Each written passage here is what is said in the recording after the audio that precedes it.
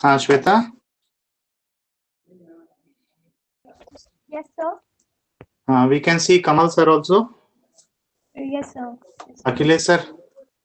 Akhilesh sir is there, I think.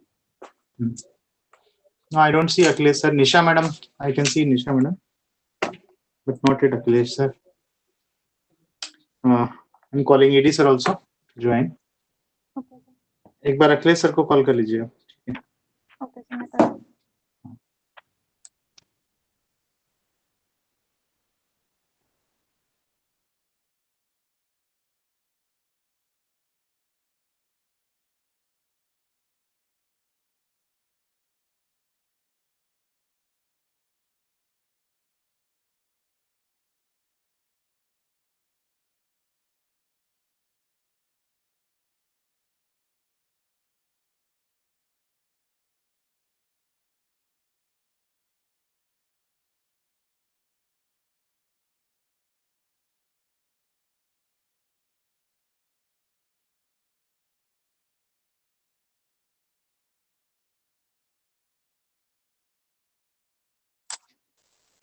Hi, Dr. Prabhakar.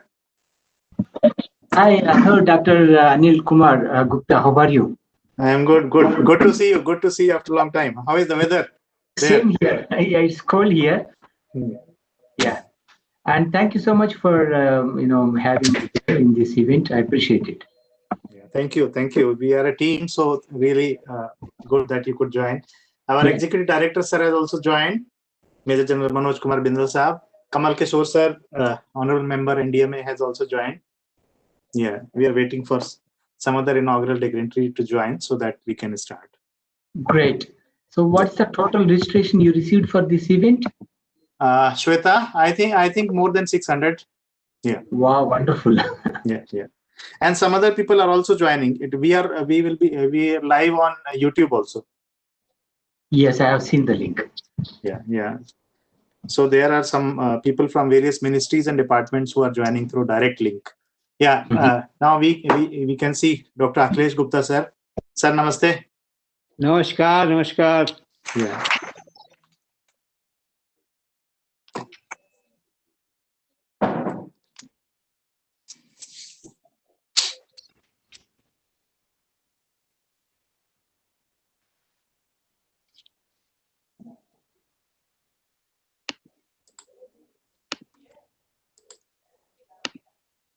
Shweta. Yes, sir. ये WFP से देखिए Bishop को.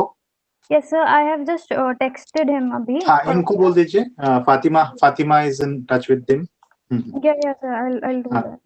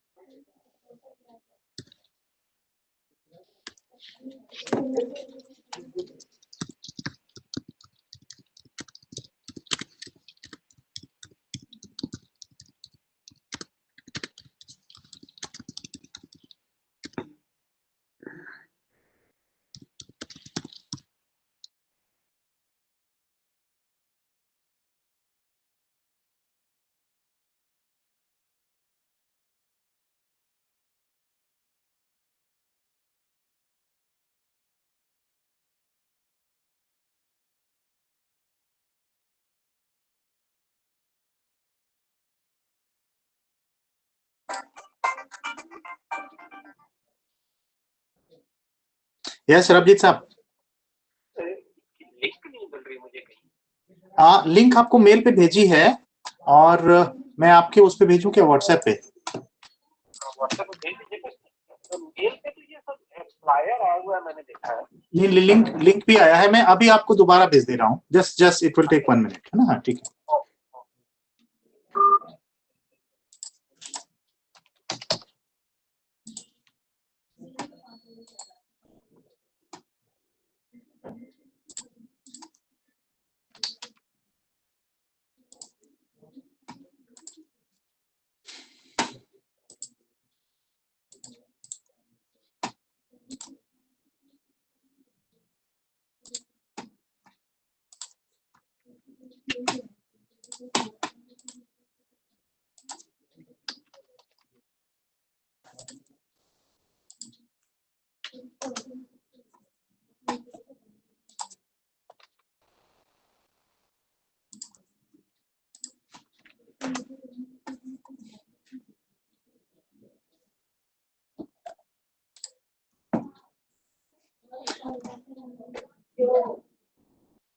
Hello, good afternoon, Mr. Bishop.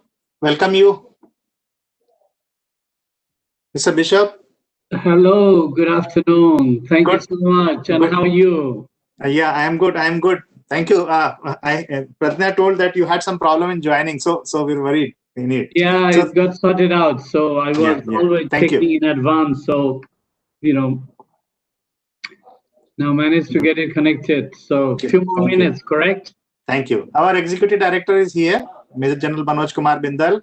And hello, Bindal sir. Major General Bindal. Good afternoon. Namaste. Good how afternoon, are you? Mr. Rishabh. How are you? And Very good afternoon, well, sir. very Akhilesh, well. sir. Nice to see you. Thank you very much. Thank you, and say. And Dr. Akhilesh Gupta, he is the advisor. Yeah.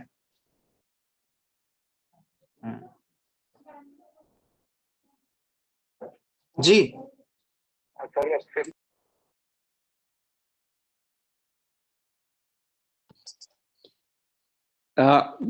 Good afternoon, Dr. Guishao. How are you? This is Akhilesh Gupta. Very good. Yourself, Dr. Gupta, how are you? Fine, fine. So thanks for joining. Big pleasure, and thank you for inviting. Our pleasure. Dr. Akhilesh, sir, good afternoon. Good afternoon. NIDM. How are you? So how are you, sir? I hope everybody is safe and healthy in your Yes, sir. All your blessings, sir. We are all safe.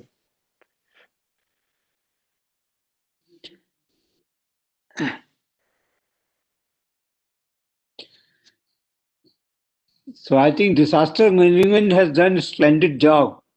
This COVID could be controlled because of good disaster management. Sir.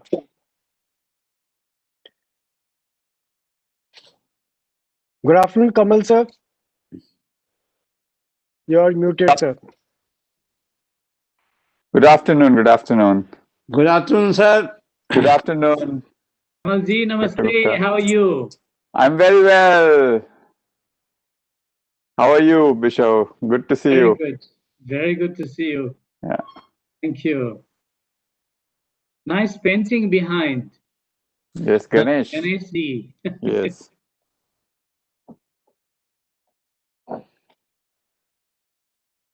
Anil, you are muted.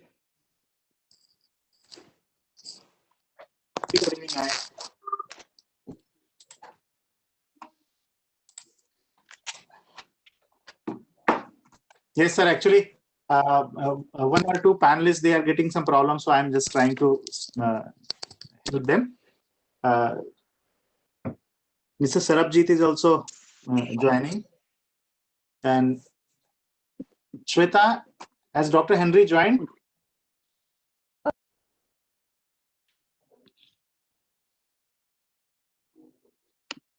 Kamal sir, namaste. Namaste.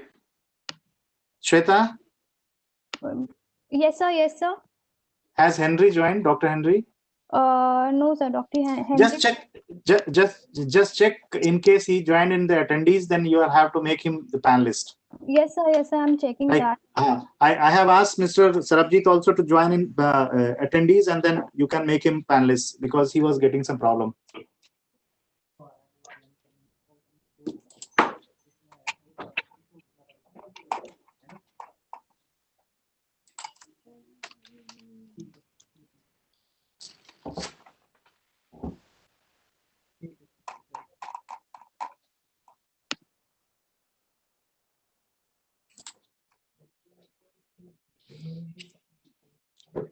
Welcome, Iria. Dr. Iria, welcome. Dr. Iria has also joined. Hello, good afternoon. Good afternoon. Good afternoon. Welcome. How are you? I'm good. How are you? I'm fine, thank you. Yeah. So nice to see you. Nice to see you as well. Yeah, we're just waiting for Henry so that we can start. Sure.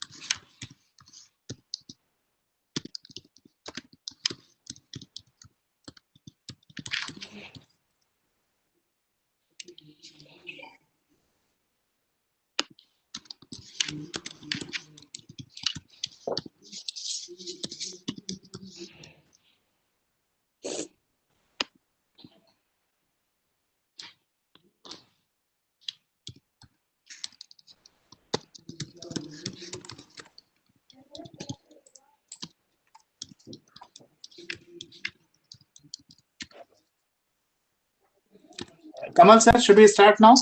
Yes, I'm ready. Yeah, thank you. Thank you. Shweta? Yes, sir. Yes, sir. I'm Read. starting. Yeah. Uh,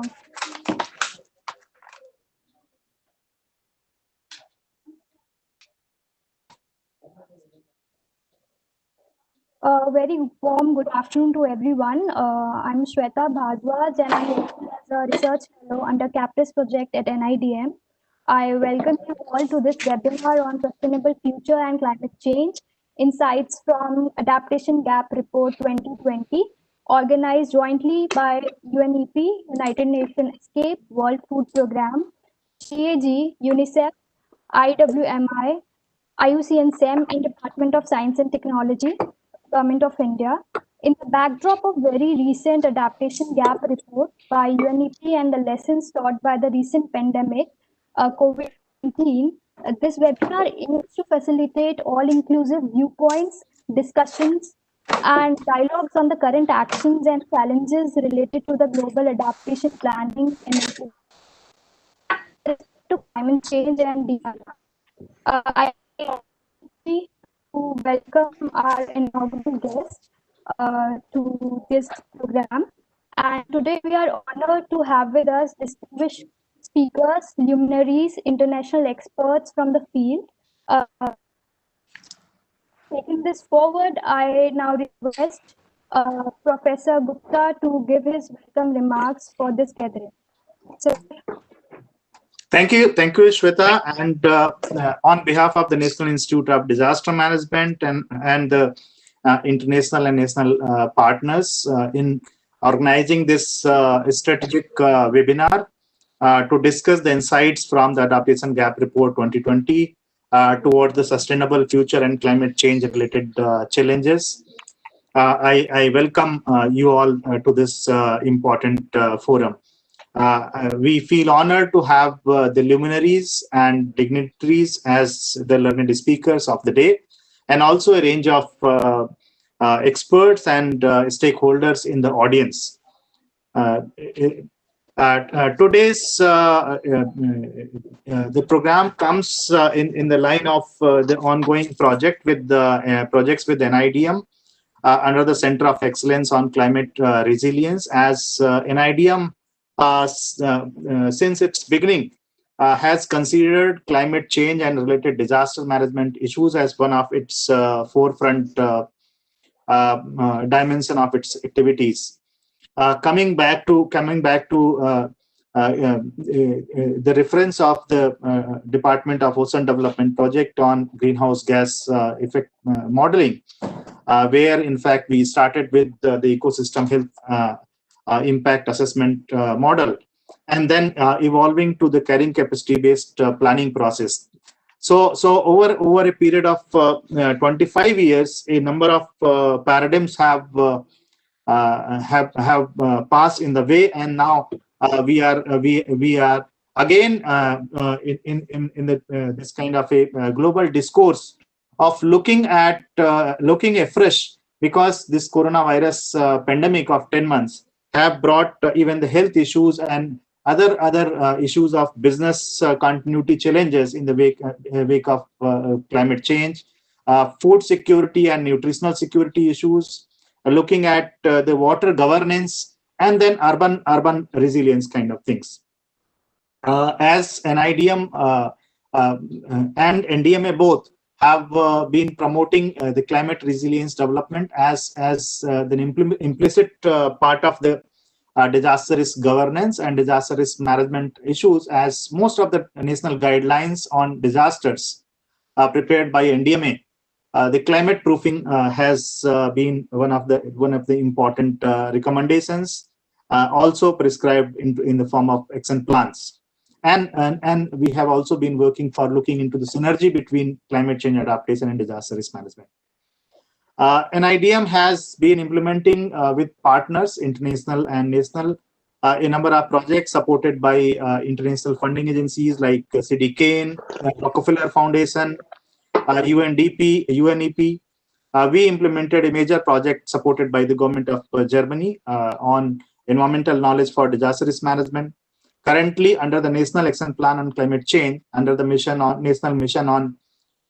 Knowledge Mission on Climate Change, we are implementing a project supported by the Department of Science and Technology, that is the Climate Adaptive Planning for Resilience and Sustainability. Dr. Akhilesh Gupta sir from DST, he is the head of climate change program from DST. He is guiding from the Department of Science and Technology side. Recently, under the current leadership of NIDM, we have also been able to contribute to National Action Plan on Climate Change, the National Health Adaptation Plan, and so we supported the Ministry of Health and Family Welfares in technical partnership with WHO. We have also recently completed the preparation of National Agriculture Disaster Management Plan for the Ministry of Agriculture for Agriculture and Farmers Welfare, jointly with the Ministry of Agriculture and Farmers, where we received the approval of NDMA also, and under the guidance of NDMA and a number of stakeholders, we completed that, wherein climate change adaptation is one of the major components. We are currently also developing a crisis management plan for sudden contamination of water bodies.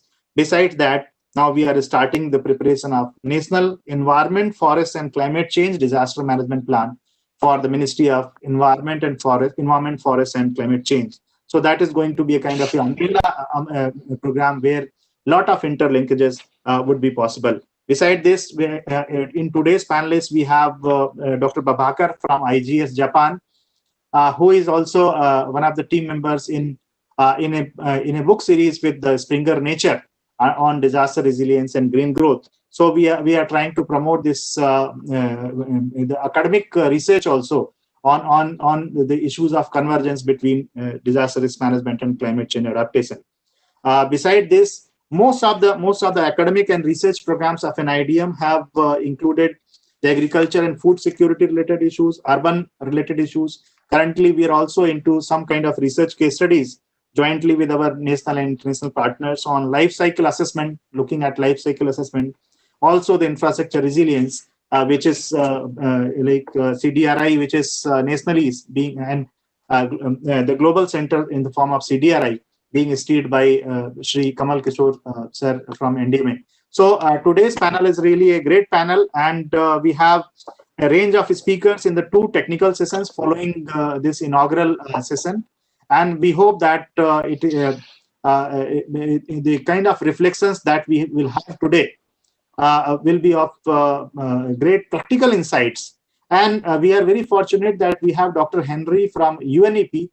He is one of the author of the Adaptation Gap Report 2020. So we will be listening. He will be making a presentation, and we'll come to know the insights from, I would say, the author himself. So that is a great opportunity, and then we will have the panelists reflecting upon the kind of a road ahead, looking into the kind of lessons from this webinar or discussion today. So with this, I once again welcome all the dignitaries, all the learned speakers, and all the participants in today's discourse. Over to you, Shweta. Thank you so much, sir, for your welcome remarks for this webinar and set the background for this discussion. Now, I would like to invite Executive Director of NIDM, Major General Manoj Kumar Bindal, and I would request him to give his opening address to the gathering. Sir. Thank you, Dr. Shweta. And first of all, heartiest welcome to all the participants who have joined and the esteemed panelists, because it's a very good panel which has come together today to discuss about sustainable future and climate change, and basically insights from the Adaptation Gap Report 2020. And who else than the authors of this particular report is here today to explain about the report. And we have various esteemed inaugural dignitaries, Sri Kamal Kishorji, who will be speaking about the government perspective, Mr. Vishal Parajoli from World Food Programme, and Dr. Akhilesh Gupta, who has always been a guiding light for NIDM as far as sustainability and climate change related aspects are there. So with this, I will just come straight to the topic. Per se, 2 minutes I'll take. Just to set the context, because we are aware that for many people, a warming climatic system is expected to impact the availability of basic necessities like fresh water, food security, and energy, while efforts to redress climate change, both through adaptation and mitigation, will similarly inform and shape the global development agenda. I have taken a lot of notes from the Sustainability Gap 2020, which will be presented in greater details at a later stage. I'll just cover some basic issues which actually impact us. The links between the climate change and sustainable development are strong.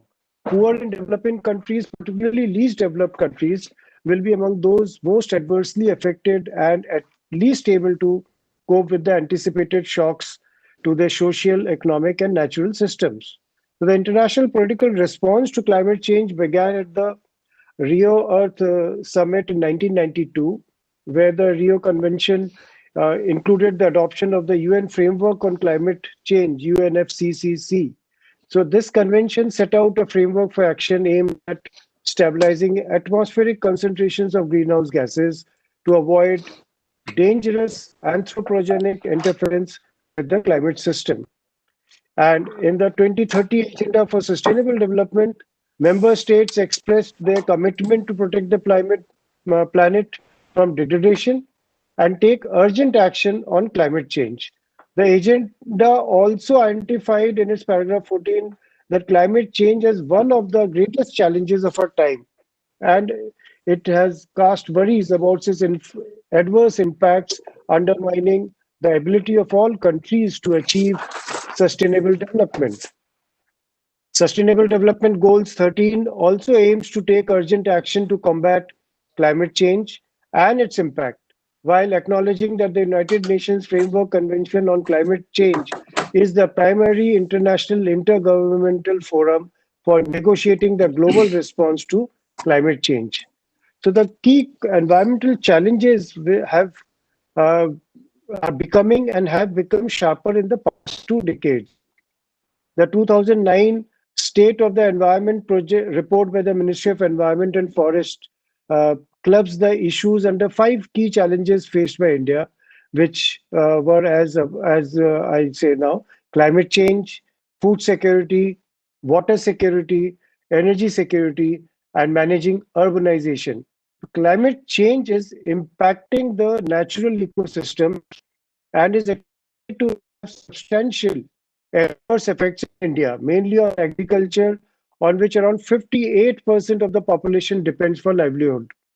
Water storage in the Himalayan glaciers, which are the sources of major rivers, and groundwater recharge and sea level rise, and threats to long coastal.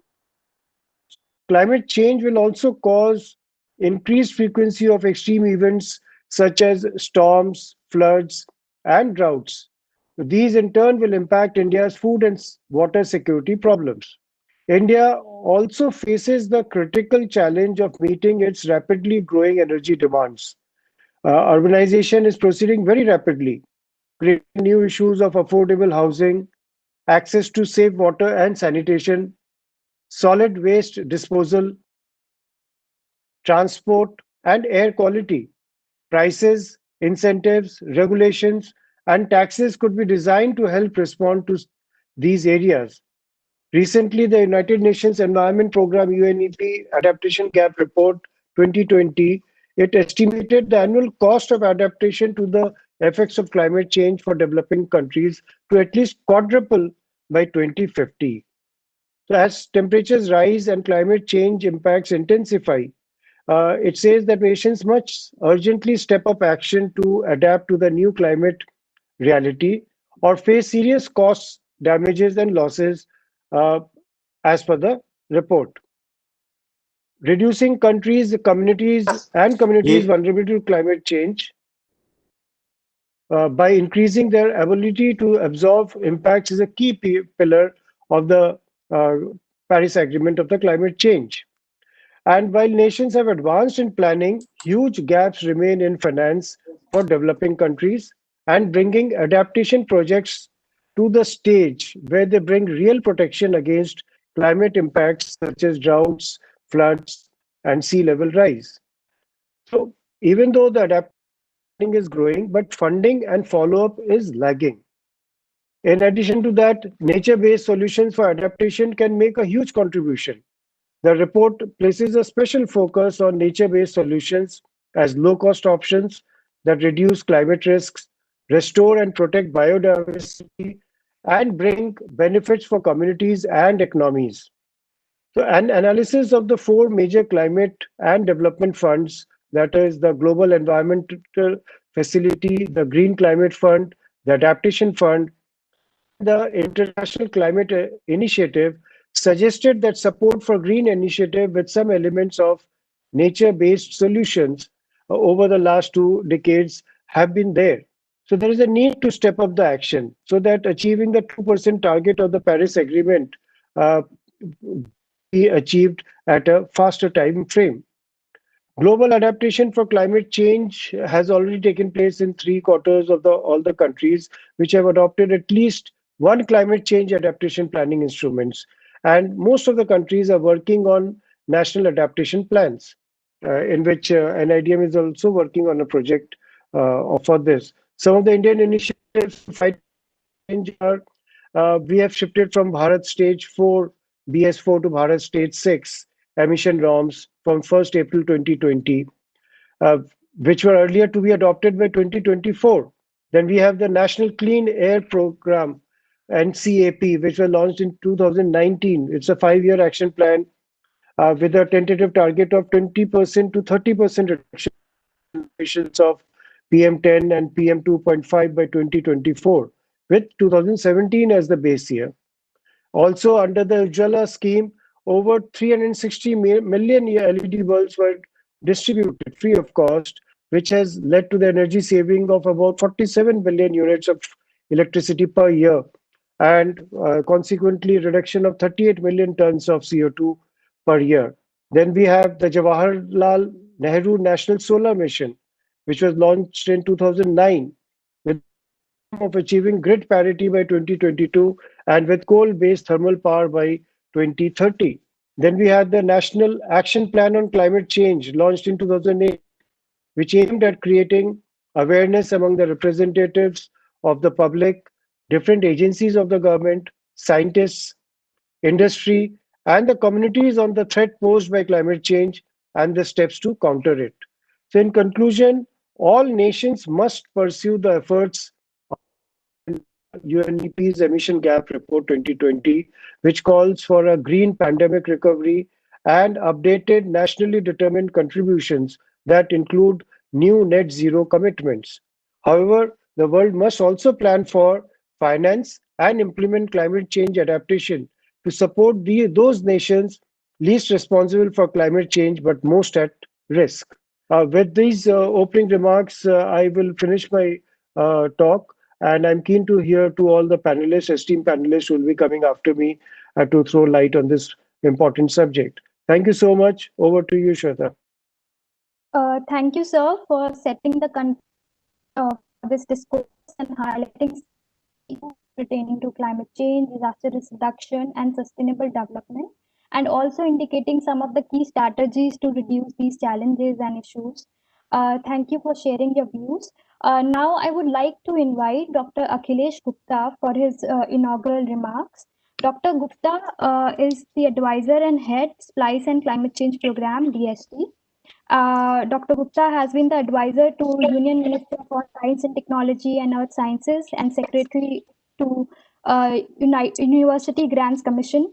Currently, he is heading the climate change program of TST, coordinating 2 national missions on climate change. Dr. Gupta also heads the Science, Technology and Innovation Policy Secretariat 2020, and he has published over 185 research papers in various national and international journals and proceedings of conferences.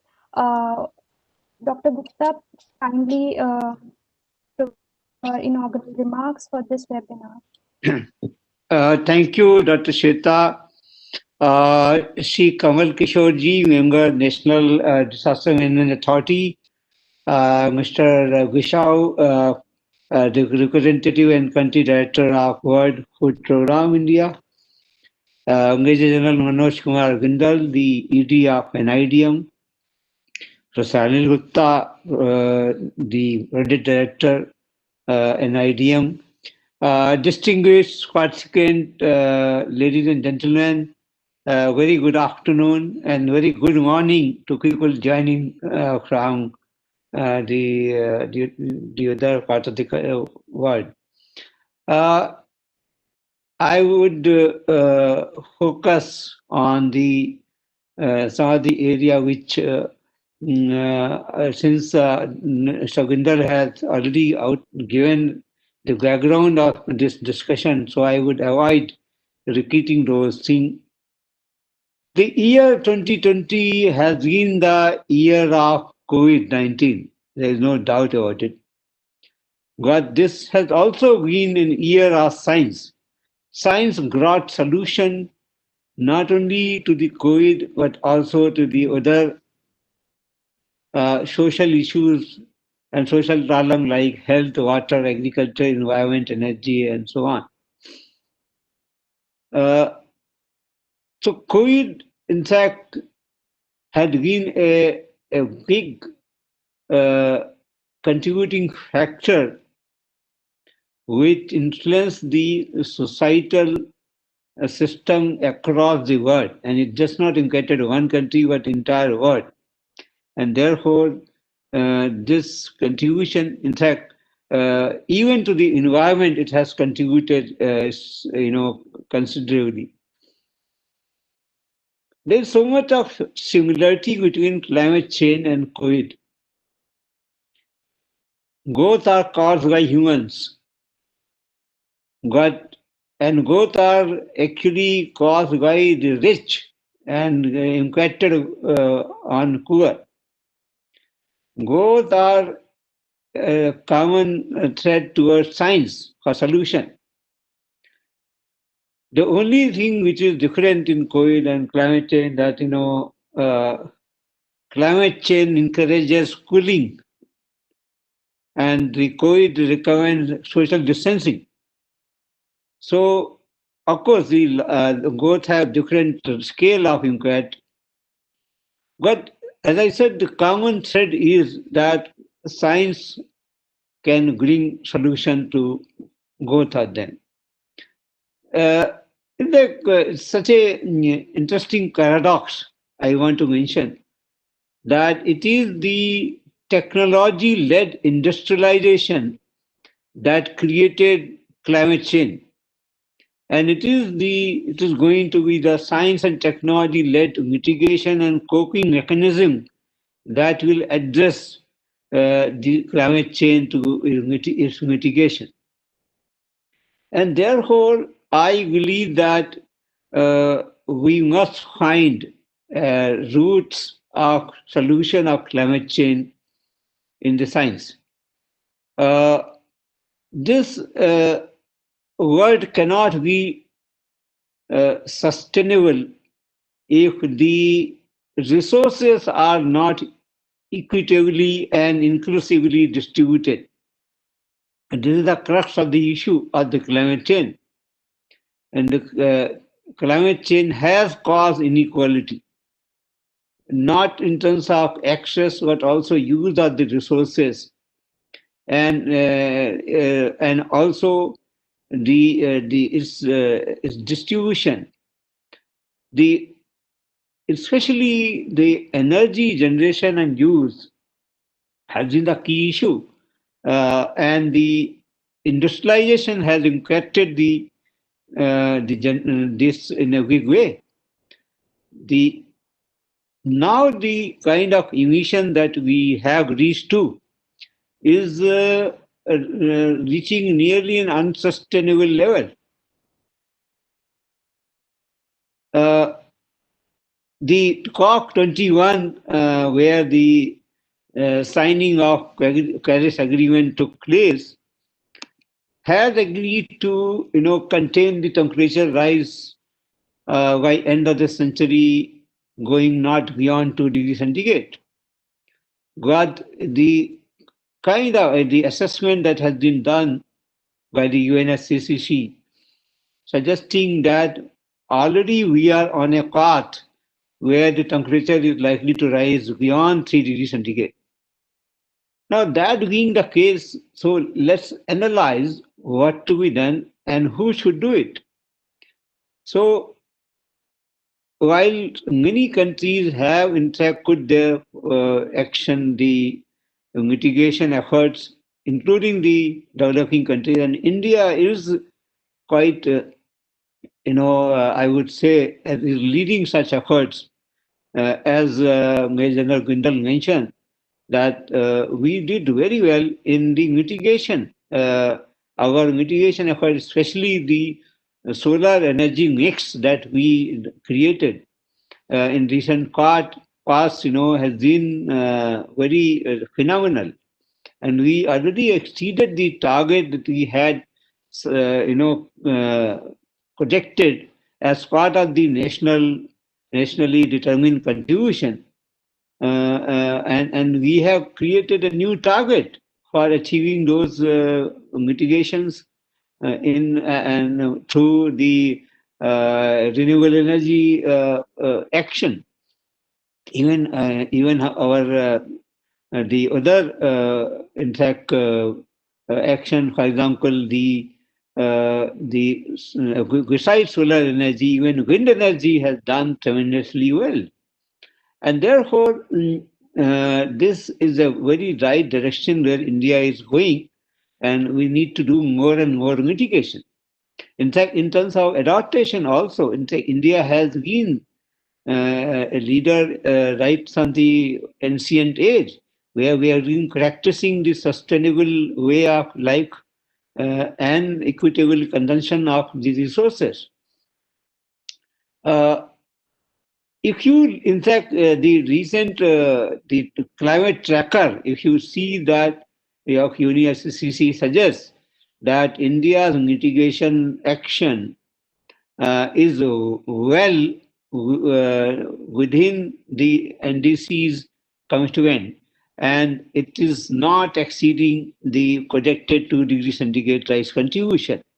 And so while India does very well, it is the responsibility of the advanced and the Western world countries to contribute to their the role and responsibility that they have supposed to do this thing.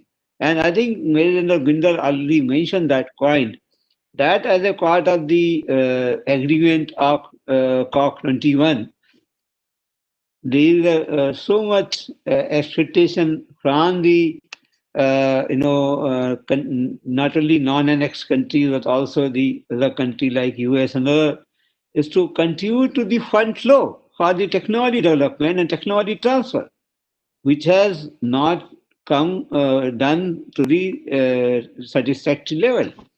I think we need to work on that.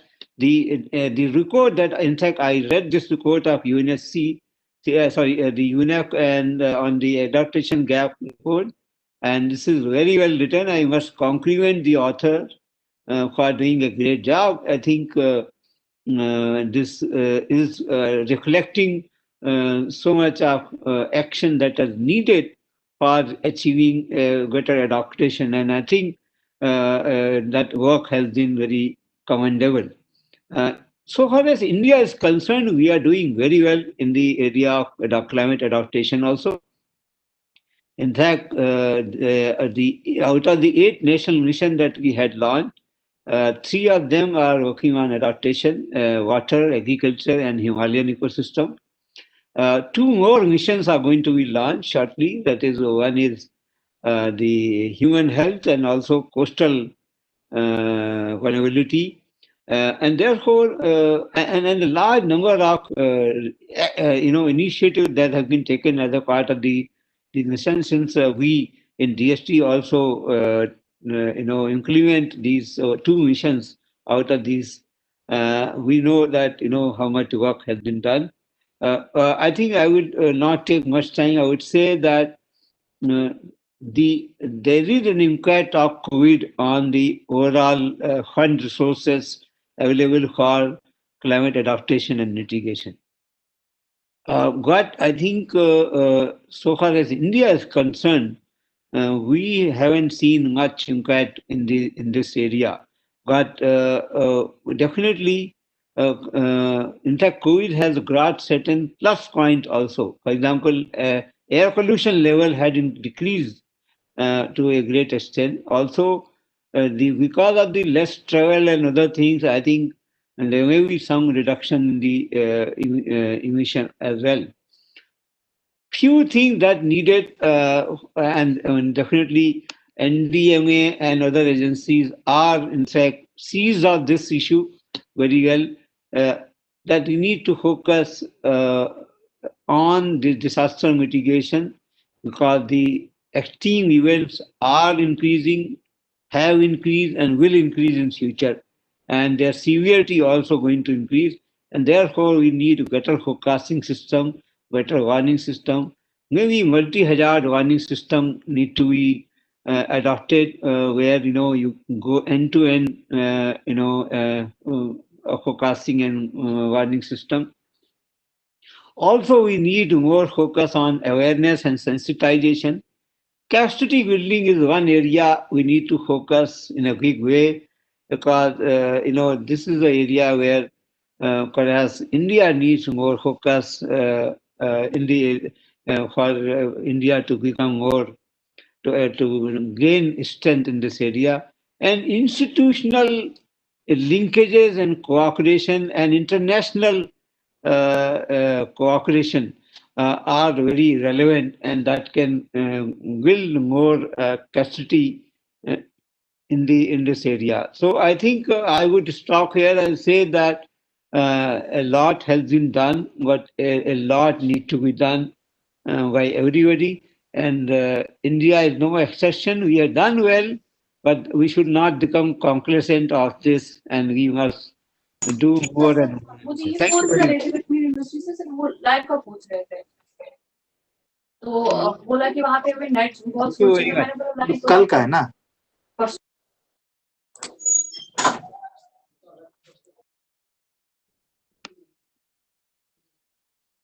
Yeah, Shweta. Shweta, you are muted.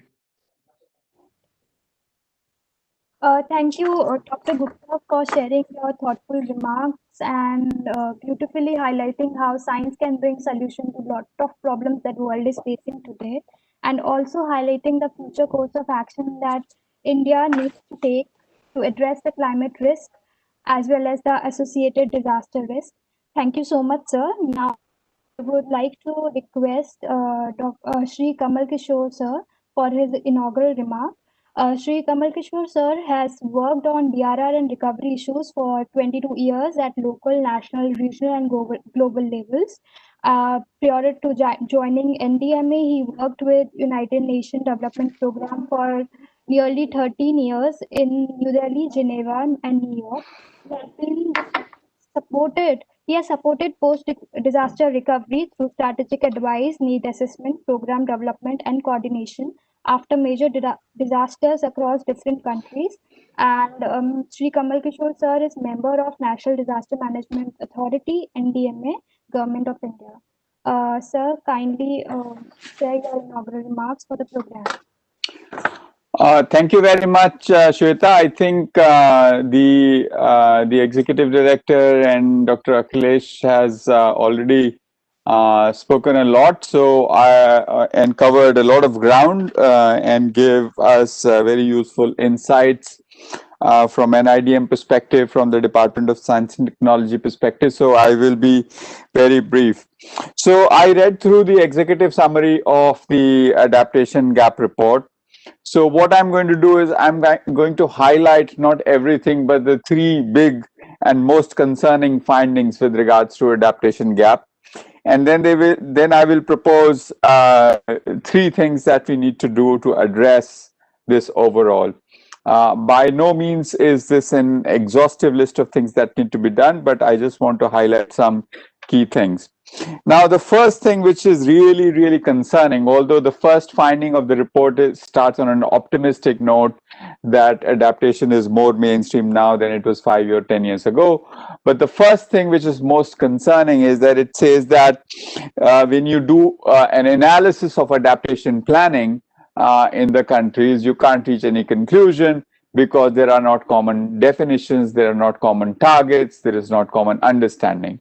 So even after several decades of discourse on disaster risk management and adaptation discussion being at least 2 decades old, it is a matter of great concern that we do not have a commonly understood objective of adaptation work, commonly understood definitions as to what constitutes adaptation in the real world, not in the theoretical world.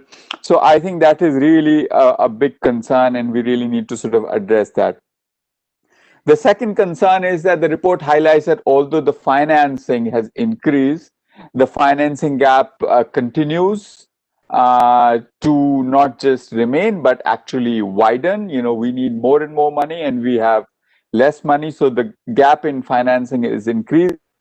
And there is a need to create incentives for both public and private sector investment in adaptation.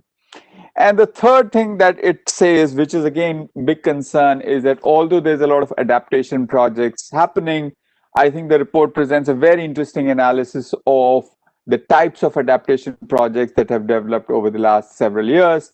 And we now see that small scale projects are constituting a smaller proportion, and we have increasingly large adaptation projects.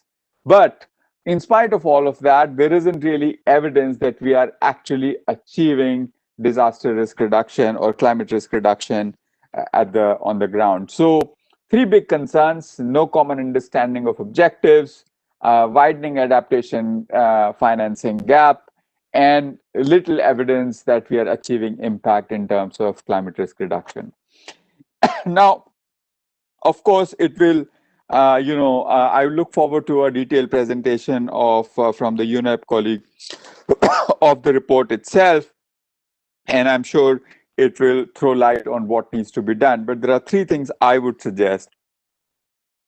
One thing is that we have to frame the adaptation discussion in the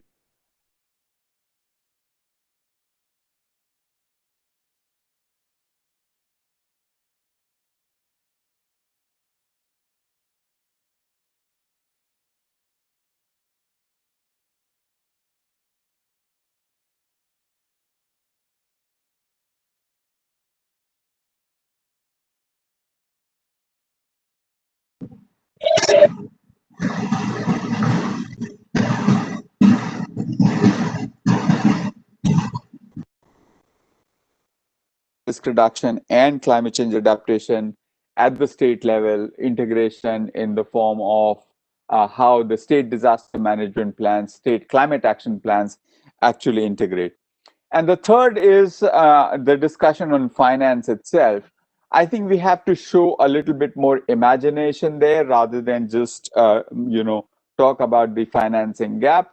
I would like to throw open a question that, with the 15th Finance Commission recommendation, we are going to have at least $5 billion over the next 5 years to look at climate change adaptation, in the sense that it will be mitigating the climate-related disaster. Should we not be counting at least a part of it as contribution to adaptation finance? So I think we really have to, rather than just look at adaptation finance as a standalone, we really have to align various funding windows coming from various streams, whether they are coming from disaster risk reduction, climate change adaptation, or regular development finance, or infrastructure finance, and hence our work on developing a coalition for disaster resilient infrastructure. With that, thank you very much for this opportunity to participate. More than speaking, I'm here to actually listen to what the presenters, the authors have the report to say. It is really quite remarkable that this event happens on a day, on the first day of the Global Adaptation Summit, just as it is taking place globally. We are having this discussion here. Thank you very much. Thank you so much, sir, for sharing your profound thoughts, highlighting some of the key challenges related to climate adaptive planning and sharing your suggestions to address these challenges. Thank you, sir, for your remarks. Now, I would like to request Mr. Bishop Parajoli to kindly give his inaugural remarks. Mr. Bishop Parajoli is Representative and Country Director, World Food Programme, India Office. Mr. Parajoli brings 35 years of experience, distinct experience in development, humanitarian affairs, diplomacy, fundraising, and management in over 10 countries in Asia, Middle East, and Africa. Mr. Parajoli has also served as the UN Food Programme representative and country director in Yemen and World Food Programme headquarters in Rome as the Chief of Staff and Director of Executive Director's Office, as well as Director of Government Donor Relations. Welcome, sir, to the webinar, and I request you to kindly share your inaugural remarks for this program. Thank you very much, Shweta. I want to say greetings and compliments to Major General Bindal, of course, my friend Sri Kamal Kisorji, and also Professor Anil Gupta-ji and Dr. Akhilesh Gupta-ji. Thank you very much for inviting me and the World Food Programme to this really very important event. And I want to compliment the NIDM for taking this initiative. A lot have been shared by the earlier speakers, so I would just pick up several points just to complement those efforts without repeating those.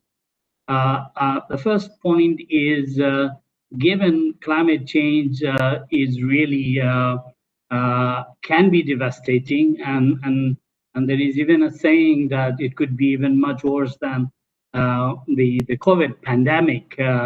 So therefore, preparing, adapting, and taking various measures in addressing climate change is really important. The UN Secretary General has made climate change as one of a key event in his agenda going forward. So United Nations system is very much in it. Climate change has indeed, we are all aware of its devastating effects across the world because of drought, because of flood, because of cyclone, and loss of life, loss of properties, and a lot of suffering and destruction of infrastructure. So therefore, keeping in the perspective of these events taking place, adaptation is indeed extremely important mitigation measures going forward. And unfortunately, Asia, Southeast Asia, India suffers quite significantly in the context of this disaster, which is taking place with enormous amount of losses and destruction. And the challenging situation is also the most vulnerable and poorer community suffer the most. So therefore, by putting the mitigation measure and adaptation, we will be protecting the vulnerable population with those measures. Now, there was reference to Adaptation Gap Report. We will hear more on that, but few points I want to point out from where I come from, and also linking it to the whole issue of pandemic, COVID pandemic. There has been so much destruction and suffering to the economy, to the even on the food and nutrition security. The World Food Program estimates doubling of the people with the acute hunger in 2021, and major effort the WFP is making to mobilize extra support. So we can imagine increasing negative impact of climate change in global food insecurity if we are not taking measures going forward. So therefore, it's really, really important. But of course, also reflecting back what India has done and how India has responded to the pandemic, I think some of these steps taken have been really exemplary. And both, there was the reference about measures in terms of mitigation, safeguarding people's life and other situation. The same thing in the context of COVID as well. The support, food support, the economic stimulus, and other measures put on has been also enormous, helpful. Now, going forward in the context of adaptation, the critical element, given there are changes in the temperature, changes in the weather pattern, the measures needed include both support towards, there was reference made in terms of infrastructure, for example, reference to agriculture in terms of crop pattern, in terms of water use, and adapting to the changing situation. And as well as the measures such as capacity building and preparing at different level.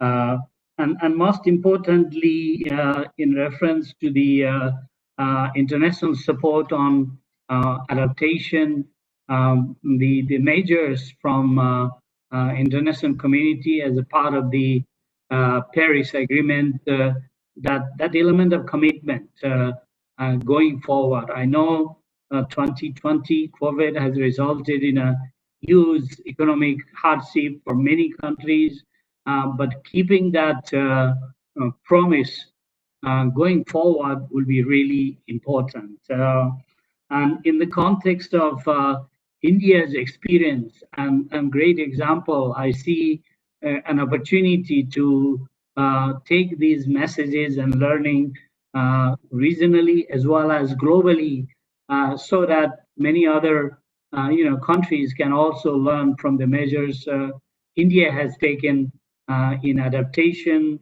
as well as mitigation measures. So therefore, taking note of the best practices and expanding that and really also the measures in the context of National Adaptation Plan, what is best, how it can be made effective, of course, with some adaptation, and at the same time, what are measures in the context of agriculture, what are measures to respond to the most vulnerable population, the concern related to gender, the concern related to food, nutrition, or livelihood. Is an important point to really take going forward. So looking forward to also listening to this, but I also find, as was mentioned by Kamal Kisorji, really an important initiative in terms of GAP, but those few issues which was pointed out, I think should be addressed going forward. So thank you very much, and then back to the organizer. Thank you very much again. Thank you so much, sir, for sharing your profound views, which is too reflective of your enriched experience in the field and highlighting gaps, challenges, and strategies for addressing climate change in different contexts. Thank you so much, sir. Now, moving forward, I would like to introduce our special guest for this webinar, who is Dr. Henry Neufeld. Dr. Neufeld is one of the authors of Adaptation Gap Report 2020. Dr. Neufeld heads the section of UNEP DTU partnership, and he's one of the authors of this report. Dr. Neufeld holds a degree in environmental science and soil and sciences from University of Germany, and has worked in many years in natural resource management, soil and water salination, agriculture development, and climate change adaptation and mitigation. Dr. Neufeld will be making a presentation on the report, and we are very excited to listen to his experiences and views on the report. I welcome you, sir, to the webinar and request you to kindly go ahead with the presentation. Shweta, you can make him the presenter. Yes, thank you. I think I already can share my thank you. screen. Yes, thank you very much, Shweta, and thank you very much also to the previous speakers who've made some really important remarks, Professor Anil Gupta, Major General Manoj Kumar, Dr. Akhilesh Gupta, and Kamal Kishore Shri, Mr. Bishop Julie. Thank you very much, and honorable panelists and luminaries, esteemed guests, colleagues, friends, thank you very much for the honor of speaking here. I will talk about the, is it sharing? There it is. This is it.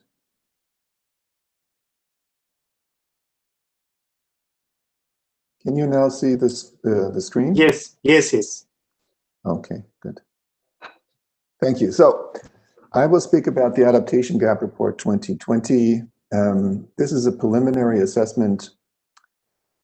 It has a preliminary assessment of the impacts of the COVID-19 pandemic on adaptation. I will be very short on this. And the main focus, of course, as before, is the status and progress in adaptation planning, finance, and implementation. And this report also has a focus on nature-based solutions, as nature is becoming more recognized as a solution in addressing both mitigation and adaptation, and many of the other questions related to sustainable development. So in terms of COVID-19, we can say in the short term, there is a shift in attention and focus in most countries, essentially all countries, away from other development, and climate change has fallen down the importance and in political planning and implementation, no doubt. And that's necessary in order to address the immediate risks that the pandemic poses for everybody. In the longer term, it will strongly depend on how countries respond to the pandemic in their recovery programs and plans as to whether or not this pandemic will have lasting impact on adaptation, as well as on other climate change related planning and implementation measures on mitigation and other development related measures. You know, it's not only adaptation, but adaptation will be affected, and as so often, when there is a change in preference, when countries do not have enough money to plan for climate change adaptation, that means that the poorest countries and the poorest and most vulnerable peoples and communities will suffer most. That is, they are the ones who have least contributed to the problem, but they are the ones who will be impacted most. At the same time, there is an opportunity for countries to address adaptation and mitigation in their recovery plans by aligning their policies more strongly with climate change and supporting these initiatives when they plan their recovery packages.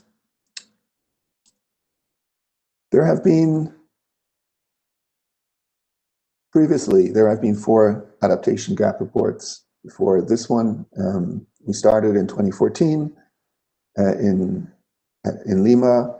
The next one at the Adaptation Futures Conference in 2016 focused on finance. The third one looked at progress assessment. And then the last one before this one in 2018 had a focus on health. So while the pandemic is raging, climate change impacts are also continuing. 2020 has been one of the warmest on record. Over 50 million people have been directly affected by floods, droughts, and storms. Locusts have ravaged East Africa. Wildfires have raged in many countries. And it is therefore more important than ever that countries make progress on adaptation. When we wrote this report, we focused on a framework which assumes adaptation is a process to reduce climate risk, exposure, and vulnerability to climate hazards. That's how we define climate risk. And what we know is that without adaptation, the costs of the damages, the costs of climate impacts are much, much higher than they are if we adapt and do this in a strategic way, in a planned way, irrespective of mitigation. But of course, mitigation strongly reduces the need for adaptation.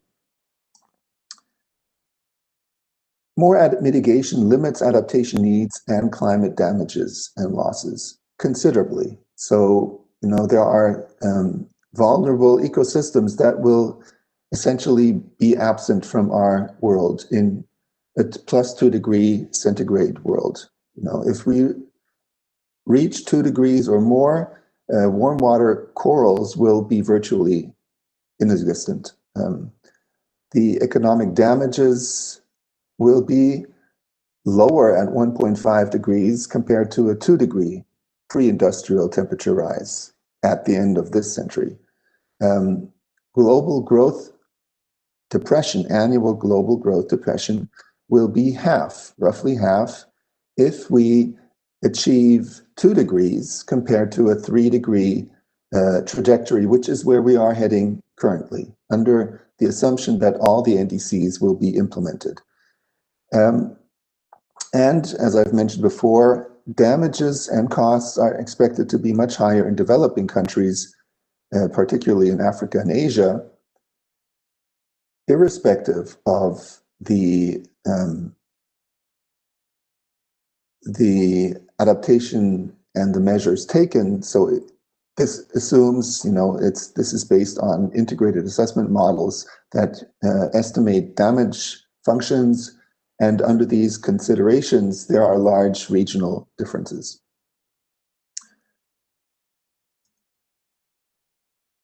I will now focus on the planning, the main topics of this report: planning, finance, and implementation. So this is now on planning. So most countries, over 70%, have now adopted at least one national level adaptation planning instrument. We know that. Some countries are in the process of developing such a plan, and then most developing countries are also developing national adaptation plans. And then roughly 60% of the countries already have sectoral, and 20% have subnational planning instruments in place. So there is progress, clearly, on adaptation planning. At the same time, we have to acknowledge that there are differences in the quality and the levels of engagement we can see. Only 50% of countries address climate risks comprehensively. That means that they take a comprehensive view of the economy, not only focusing on specific sectors. About half of the countries also meet the criteria for inclusiveness. That means that there are appropriate stakeholder engagement processes in place. There are dedicated processes in place to address adaptation. At the same time, performance against criteria for integration, that means, we look at this from a horizontal, that is sectoral, or vertical, from a national to a subnational to local levels. We can see that horizontal integration is fairly high compared to a fairly low vertical integration. And in our work, we have seen that this is indeed the case, and that needs to be improved. And then implementation, the ability to implement adaptation planning based on administration, responsibilities, the available regulatory instruments, incentives, and funding is generally rather low. So with these criteria, it is possible to say something about the qualities, but ultimately, as has been mentioned before, we have difficulties in actually defining what adequate and effective adaptation planning means in the sense of the Paris Agreement. There is no consensus and there is no methodology that we can use as yet. So this needs to be improved as we move forward. Moving to adaptation finance. It's been mentioned before also, we currently have estimated adaptation costs in the range of 70 billion for developing countries only, right? So these costs will be much higher at a global scale. And these costs are expected to rise to double by 2030 and to double again by 2050. So, and that's based on assumptions, and these assumptions differ significantly. So there are also higher estimates in recent publications. Nevertheless, I mean, if what we can say is that investing in adaptation will generally outweigh the costs of the adaptation planning and the investments. So, one example from the recent, from the Global Adaptation Commission is that investing 1.8 trillion in early warning, climate resilient infrastructure, agriculture, and resilient water management could generate 7.1 trillion. That's nearly 4 times the benefit in avoided costs and social and environmental benefits. So it's a huge investment benefit to invest in adaptation. While I just said that the costs are expected to rise, but you can't compare costs and finance directly. Nevertheless, we can see that there is an increase in adaptation finance, which is currently roughly 30 billion of the funding that we can track. That is much less than what is actually out there. We cannot track adaptation finance when it's in domestic budget lines, when it is not identified as adaptation. So there is a need to harmonize information, to streamline that more and make it more available for us to get a better sense of what is actually being funded in adaptation. But what we can track is that only 5% of total climate finance, what we can track, is going into adaptation. There has been a rise in multilateral support. There's also been a minor rise in bilateral adaptation support connected to development finance. At the same time, while adaptation finance has grown, the proportion has not grown beyond 5% over this period of time, which means adaptation finance as a whole has grown, but there has been so far at least, no increase in adaptation finance. What we can say from the comparison of costs and finance flows is that at least the gap has not been closing. We can expect the gap to be widening, but we need to invest more and make more climate adaptation finance available to avoid the gap from widening. There is some evidence that new instruments are coming into play, that there is a stronger recognition that the financial system itself needs to change in order to address adaptation more at a systemic level. There is a good example that besides grants, there are more instruments coming into play, and more and different actors are being crowded in due to the leveraging effects, for instance, of the Green Climate Fund, which has allocated 40% of its portfolio to adaptation. So there is an increasing momentum towards a sustainable financial system because financial actors are increasingly recognizing the climate risks and that they need to be addressed in order to develop a climate resilient economy.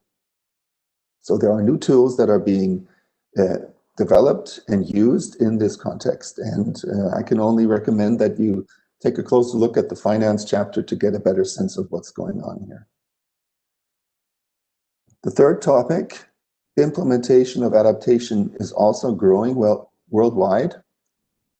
Since 2006, the UNFCCC climate funds have financed close to 400 projects, half of them since 2000, and most of them in the last years, half of them going to the least developing countries, and a large proportion also of the funds going to small island developing countries.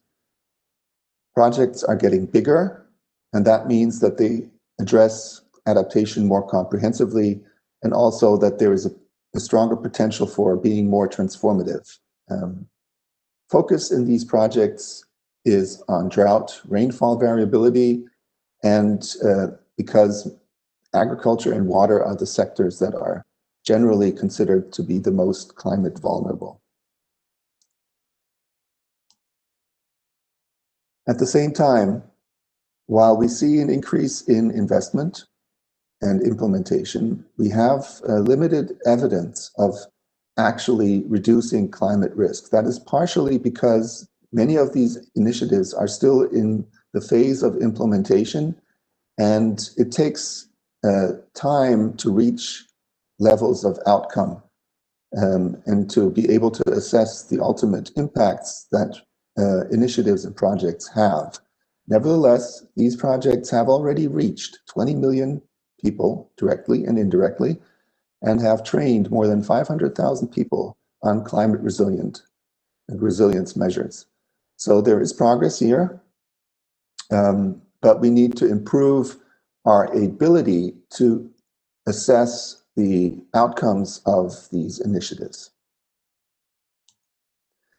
Let me now focus on the topic this report has a special emphasis on nature-based solutions. Nature-based solutions are low-cost options very often that bring environmental, economic, and social benefits, besides reducing climate risk, to a wide range of stakeholders. But the effectiveness of these solutions is also directly related to the changing climate. That is, the more we avoid climate change through mitigation, the more effective nature-based solutions will remain in the future and be available for us to use them. And here we follow the same structure: planning, finance, implementation of nature-based solutions. And I will just present a few headline figures of the report. So there is an increasing recognition that nature-based solutions can make important contributions to climate change adaptation. 50% of the countries and over 90% of the least developed countries have added elements of nature-based solutions to their nationally determined contributions. However, most countries only describe broad goals, and less than a third actually have measurable targets when it comes to nature-based solutions. These targets, plans focus on flooding, on drought, and on sea level rise through restoring floodplains and mangroves primarily. And we can see a similar pattern in Annex 1 countries, which is reflected in national communications. These focus on flood control and urban heat reduction. And again, there is broad recognition, but limited amounts of actual targets and plans.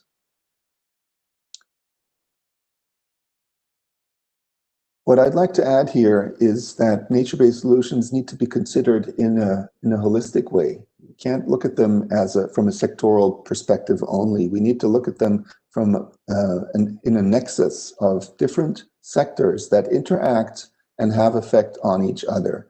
And only in that context can nature-based solutions actually deliver the system scale results on providing ecosystem services that ultimately lead to adaptation and many of the other development and social and economic benefits that they contribute to. So this is really important that we consider nature-based solutions in a context of development and other drivers and demands. Finance of nature-based solutions is also growing, but at a very low scale. It makes up only a tiny fraction of total adaptation and conservation finance, despite many commitments for scaling up. We've tracked what is possible, currently at 94 billion over the entire existence period of the UNFCCC climate funds and the International Climate Initiative together, 94 billion. Since 1991, ultimately. That's a drop in a bucket, really. But we have to acknowledge that there is evidently also a lot more adaptation funding into nature-based solutions, which isn't determined or defined as nature-based solutions. It's hard for us to track it. And all of these, the tracking that we did was based on individual assessments of projects and identifying which elements are actually related to nature-based solutions, because there is no tracking option, there is no definition for nature-based solutions that are being used, and that makes it very difficult for us to understand what is going on with nature-based solutions. And from these 94 billion, only 13% actually address nature-based solutions. So the projects that have elements of nature-based solutions also have elements potentially related to engineering or gray solutions. And also, that is very important, they always contribute to general development-related support, which is important in many situations where issues of governance and broader development are important in being making it possible for the beneficiaries of these projects to benefit from them. Mobilizing additional funds is a challenge because of the high opportunity and transaction costs that nature-based solutions involve. There are lots of stakeholders involved. There are slow returns on investment. Ultimately, however, the benefits outweigh the costs significantly for nature-based solutions. But these costs, the benefits are often not appropriately addressed, and that makes it difficult to support nature-based solutions. So we need new funding mechanisms, more public-private partnerships, because private sector investments is often difficult to support, and more enabling conditions, for instance, changes in regulations, as well as more incentives for investing in nature-based solutions. So these are things that are needed, that need to happen in order for nature-based solutions to be given more attention. Finally, implementation of nature-based solutions. This again has also risen over the past 2 decades. I have been able to calculate 70 new projects every year based on the tracking that was possible.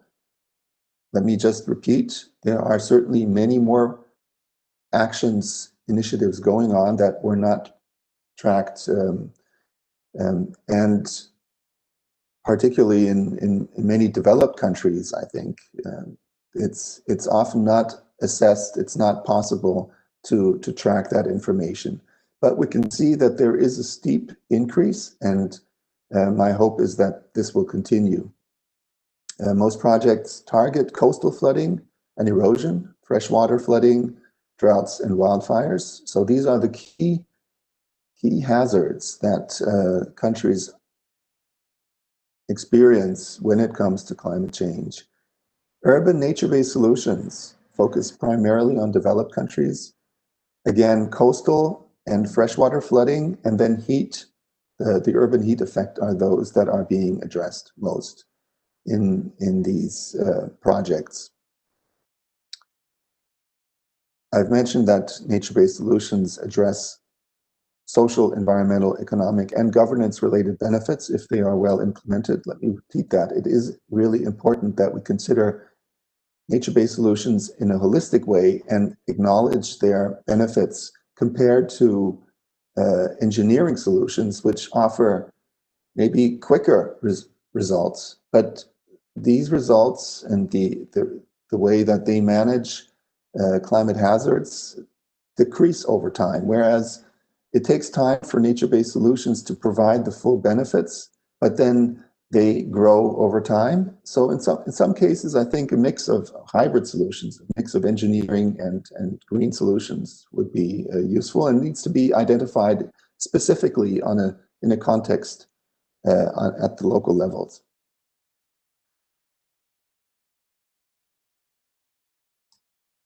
Let me just show and finalize, this is this last slide, a way in which we have tried to assess the way in which nature-based solutions are being utilized in addressing the underlying hazards, that is coastal hazards, precipitation, drought, and rising temperatures, and how they play out on the ground, as coastal flooding and erosion, as urban flooding, as river flooding, erosion and landslides, drought and heat, and how nature-based solutions are addressing these hazards. It's a very complex figure, which is based on projects that address multiple hazards very often, and also multiple solutions in order to address these hazards. And that is why it looks like a very messy spread of information, but there are some clear trends here, and I can only recommend that you spend some time looking at this Sankey diagram in order to understand how nature-based solutions are being addressed in order to avoid or mitigate, manage hazards and climate risks. For instance, the rising temperatures are increasing the urban heat effect. That's number 6. And then a large portion of urban heat effects are being addressed through urban green and blue spaces and green infrastructure. That's a way to look at it. And I'll leave it at that. And thank you. Oh, there's one more slide. I'm sorry, I missed that. This is a summary slide. To just to bring together the evidence that I've presented.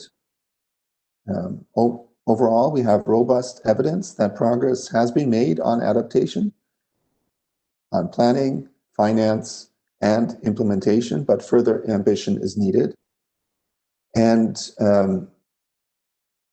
we also need to acknowledge that to make progress on assessing adaptation, we need to improve tracking and the monitoring and evaluation systems that we have in place. Then, as these are still in their infancy and need further development. With that, thank you very much for your attention. And I have some time for questions now. I won't be able to stay with you for the entire period of the program, so I'll pass it back to Shweta and Professor Gupta to tell me what to do next. Thank you very much. Shweta? Yes, sir. I think we can listen to the reflections of we can invite Dr. Sarabjit, and then we'll plan for questions, and then we'll move to the panel discussions. Yeah. Okay, sir. Okay, sir. So I directly move towards our next speaker. I request Dr. Sarabjit Singh Sahota. He is emergency specialist, disaster risk reduction, UNICEF, to kindly come and give his reflections on the report. And just to give you a brief background about Dr. Sahota, Dr. Sahota brings more than 25 years of progressive experience in steering risk-informed programming to achieve results in domain of emergency preparedness for response, disaster risk reduction and climate change adaptation, urban DRR, and safe construction. And Dr. Sahota, we just want you to give a key reflection on how do you think the Adaptation Gap Report 2020 have highlighted the multidimensional implications and challenges in achieving the goals of SDGs? What are your views on the future adaptation journey with reference to vulnerable population and health? Dr. Sahota, I think you're here, right? Yeah, Dr. Sahota, you are muted. Yeah, please. Thank you, Shweta. If you can help me present my, make me a presenter, help me share the slides. Sure, sir. Sure, I'll do that. Atisha, can you just make Dr. Sahota the? I think, sir, you can share it now. Thank you.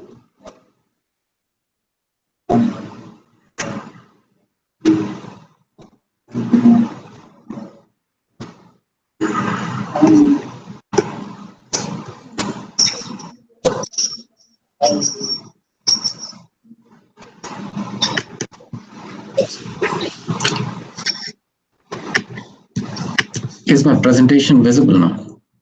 Yes. Okay, excellent.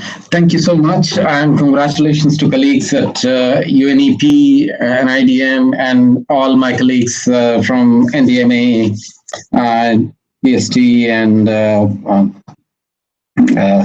everyone else, and particularly to UNEP for this report.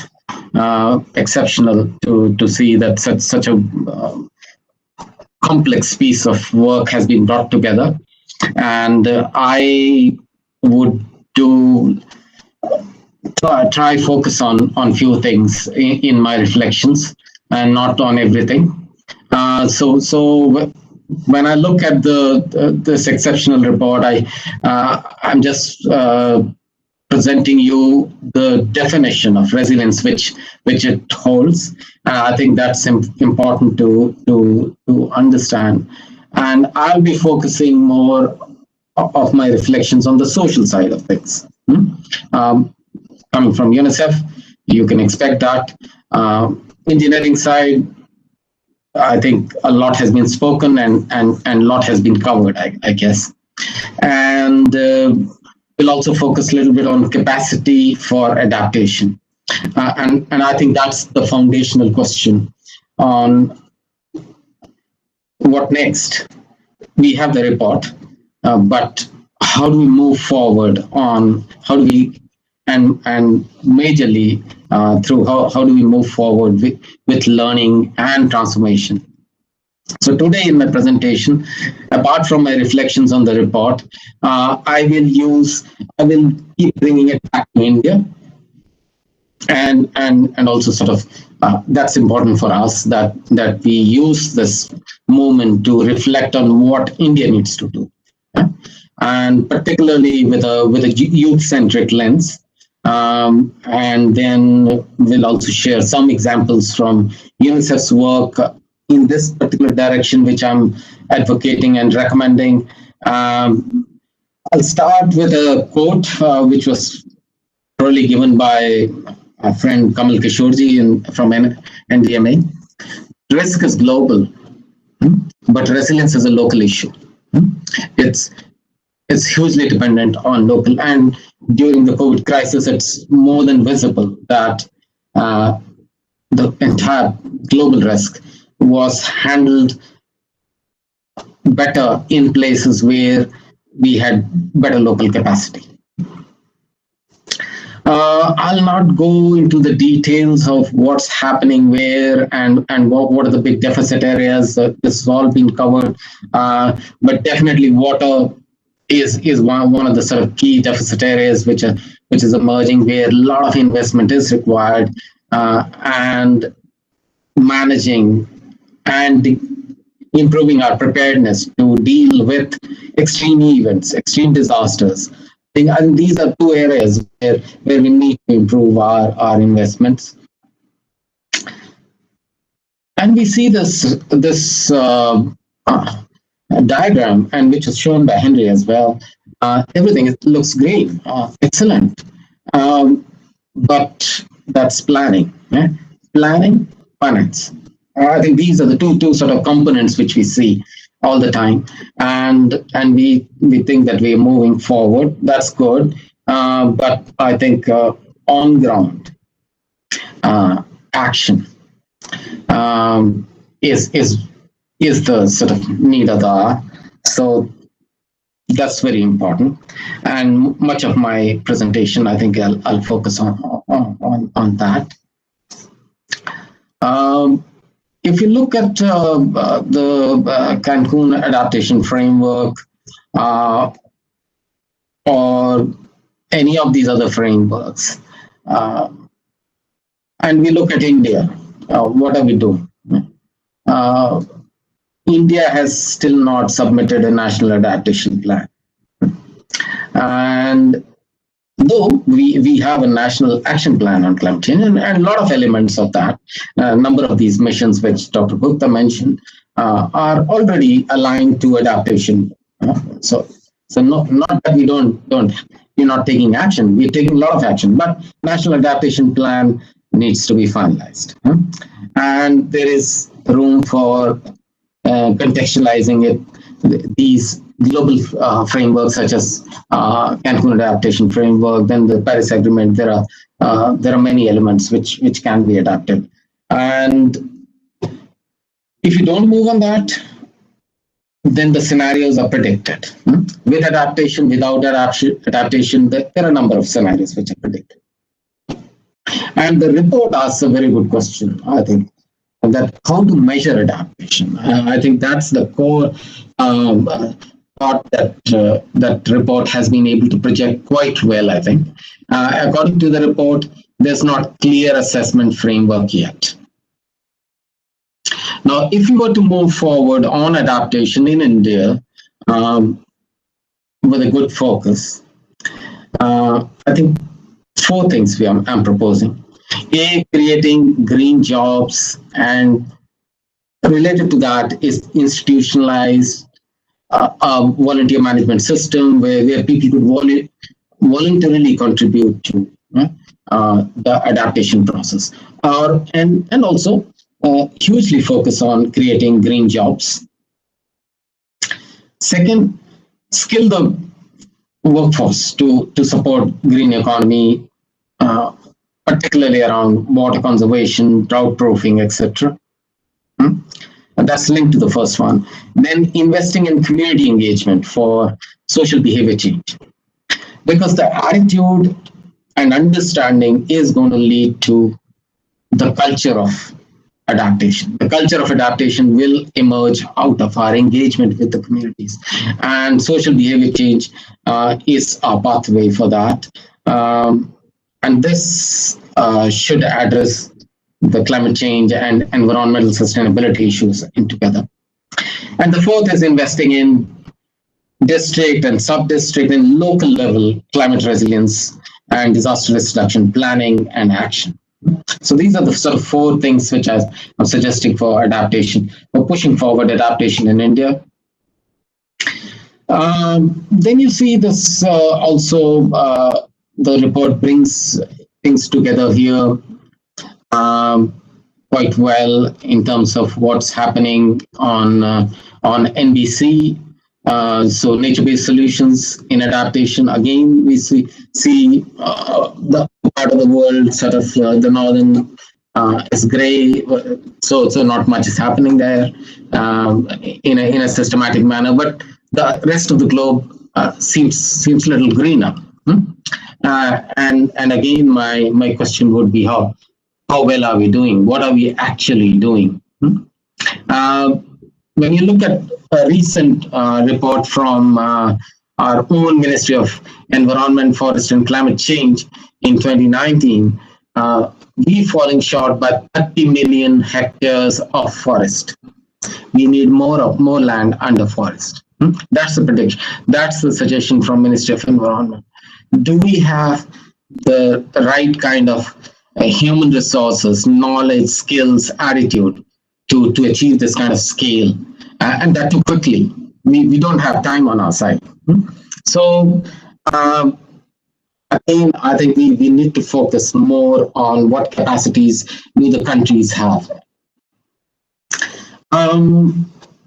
We did a bit of analysis ourselves on many things. I'll not go into the details, but one question I think I'll repeat, which I said earlier, is that we are missing rigorous monitoring frameworks in country and many other countries. And report is also, I think, more or less agreeing with this.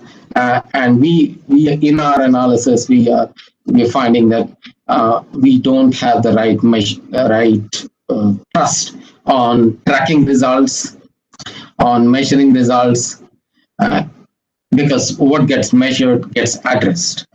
If you're not measuring it, we're not going to address it. And resilience per se is hugely a measurement issue. Key takeaways from the report. On the left-hand side, more sort of the ones which I see. Focus on finance, nature-based solutions, evidence generation, monitoring and evaluation. So these are sort of areas, and more evidence for adaptation, progress and planning at national level, more financing, more and gender dimensions have to become more clearer, stronger and more explicit monitoring. So that's the kind of flavor you get from the report.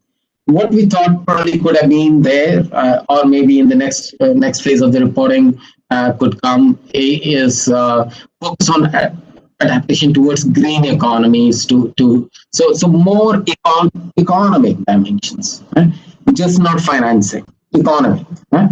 So economy is a whole ecosystem where people, infrastructure, then linkages between different sectors, all kind of things have to come together. So the economic aspect of green economies should come in, and that would require policies more inclusive of the next generation. Focus on the workforce, particularly youth and adolescents. For a country like India, it's an imperative.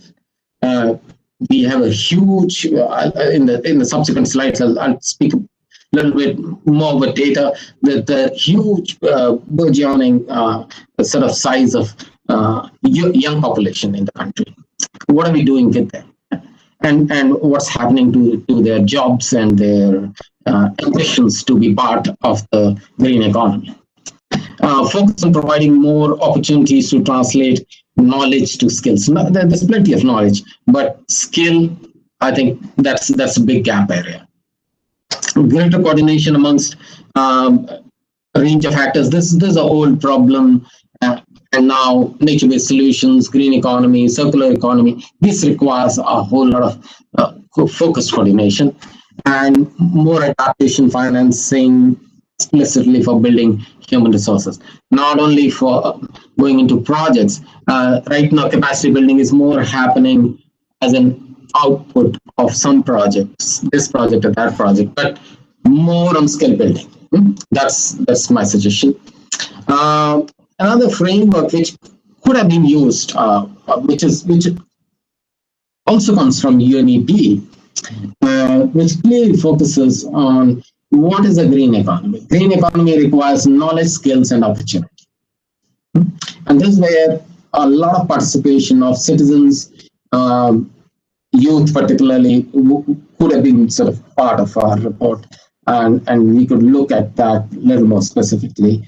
Within my own programs here in UNICEF, UNICEF is working with youth to inform and engage them in sustainability thinking. More in subsequent slides, I'll speak about that.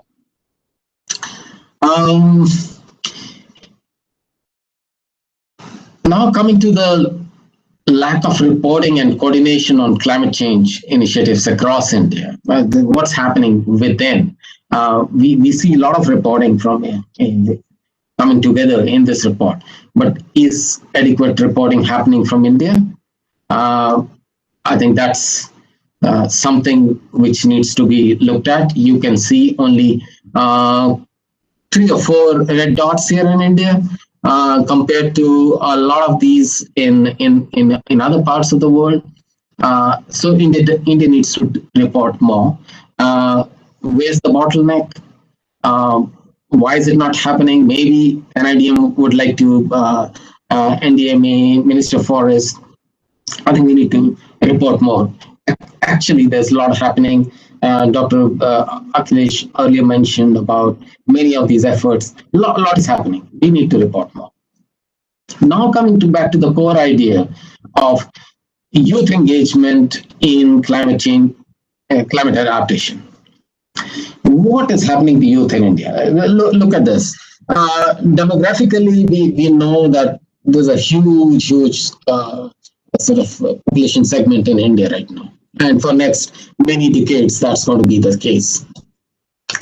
But while they are numerous, the unemployment rate is also the highest in this segment.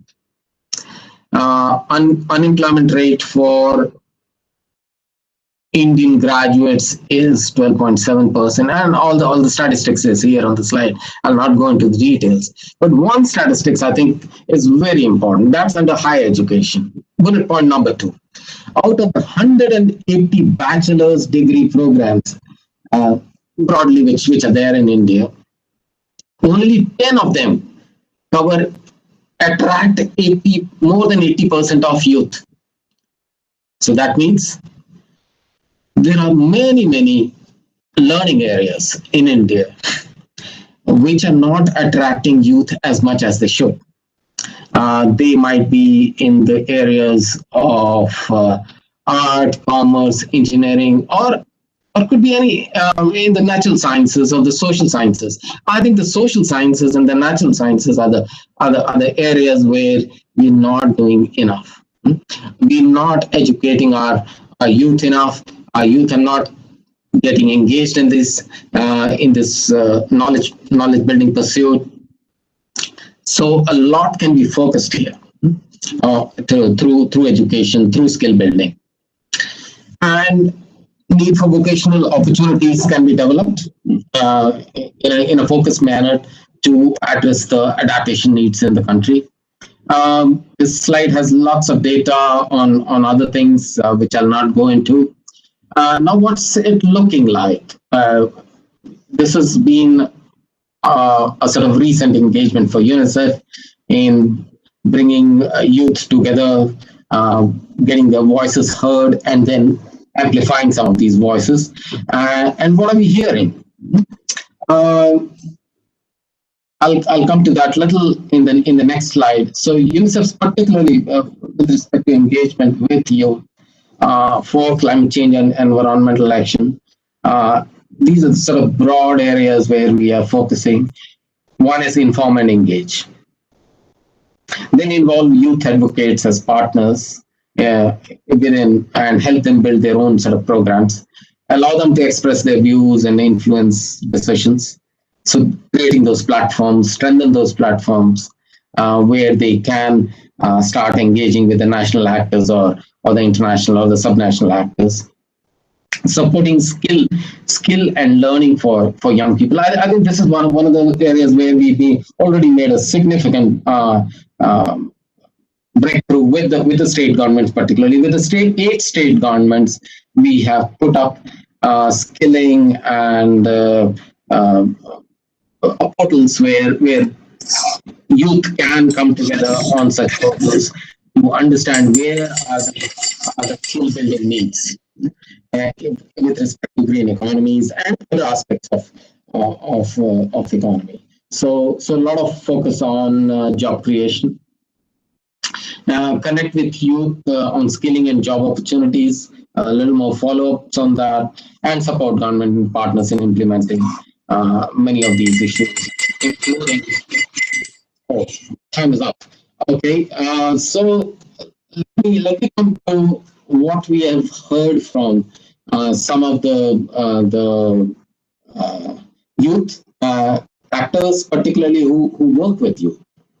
That's on the left-hand side. I'll not go into the details, but 2 or 3 quick bullet points. Lack of good quality, contextual, child-friendly information on climate change and environmental sustainability is a big deficit in the country right now. Right now, we're not having enough digital literacy on this side of things, particularly to push for a green economy. Then need to push for consideration of youth in the sessions. That's not happening as much as necessary. The last point which I wanted to share with you is that within UNICEF and in partnership with state governments, there's a lot of work happening at subnational level, particularly doing climate risk analysis at district level and doing work with line departments on risk-informed programming.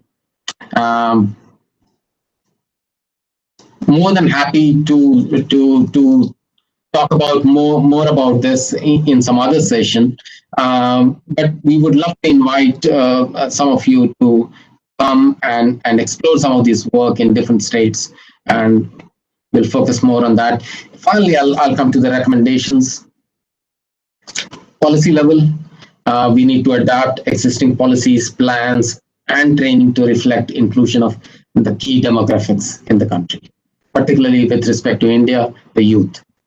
Local area planning for climate resilience and DRR, that's something which we need to focus on and enable that to happen. Right now, not enough is happening, and not enough things are happening in the local language, for example. Point number 3, advocate. I think with the government, we definitely want to request that we need a national adaptation plan focused on next 10 years.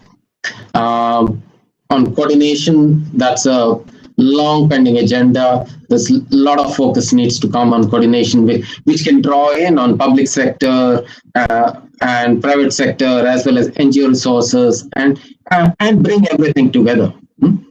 And finally, the youth engagement, partnership, and participation. That's a big opportunity for the country. We should not miss out on that. School safety programs can be an important sort of endpoint for this. But then universities, online clubs, through networks, we can work a lot. And UNICEF will be more than happy to collaborate with the NIDM and others to push forward on many of these things. Thank you, Anil. Over to Shweta. Thank you.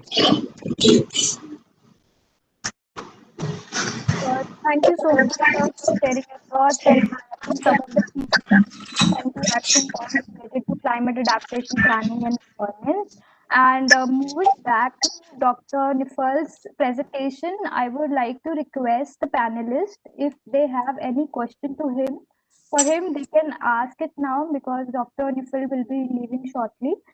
So there's one of the question from Dr. Prabhakar. I think Dr. Prabhakar can ask the question. Yeah, thank you very much. And thanks to the speaker for introducing the Global Adaptation Gap Report. I have a question about the country disaggregated data. If this particular data is available for access publicly, so that researchers like us can conduct additional analysis on the data that you have put up together. Thank you.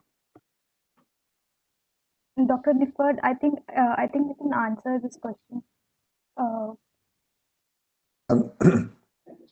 Yeah, thank you for the question.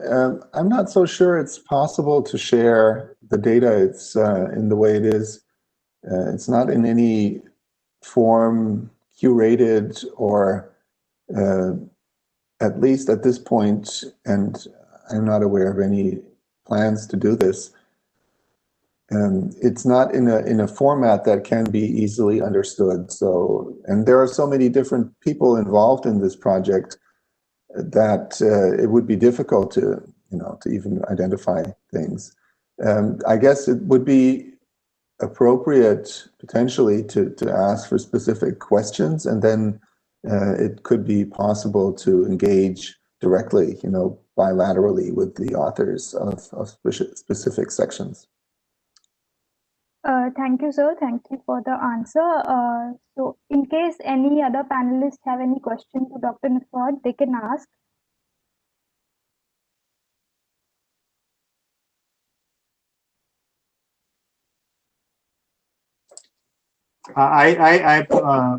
Shweta, I think, yeah, as Dr. Henry has to go for another meeting, so we should express our sincere thanks to him and Dr. Sahota also. And we are really very happy that Dr. Henry could make it possible to share the report, his presentation, and then we can move to the next panel. So Dr. Shweta. Yeah. Okay, yeah, sir. thank you for having me also, and for the opportunity. And if you need the report or the presentation, I've sent it to Shweta. She can share it. Yeah, and yes, we will certainly in a follow-up discussion with you, and we'll be happy for your inputs in our work in India and this region.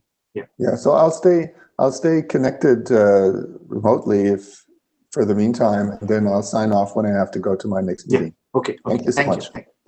Thank you. We can invite the next panel and the moderator. Yeah. Sure, sir. I'll do that.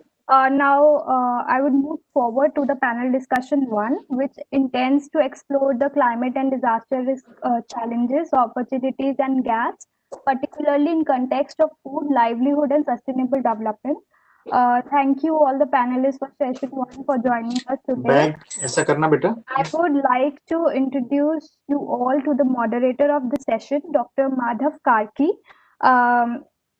Dr. Karki is, he needs no introduction, but still to give a brief background, Dr. Karki is a natural resource management, climate change and sustainable development expert. Dr. Karki is an expert member of Government of Nepal's Environment Protection Council, And Dr. Karki is also the Global Chair of IUCN-CEM.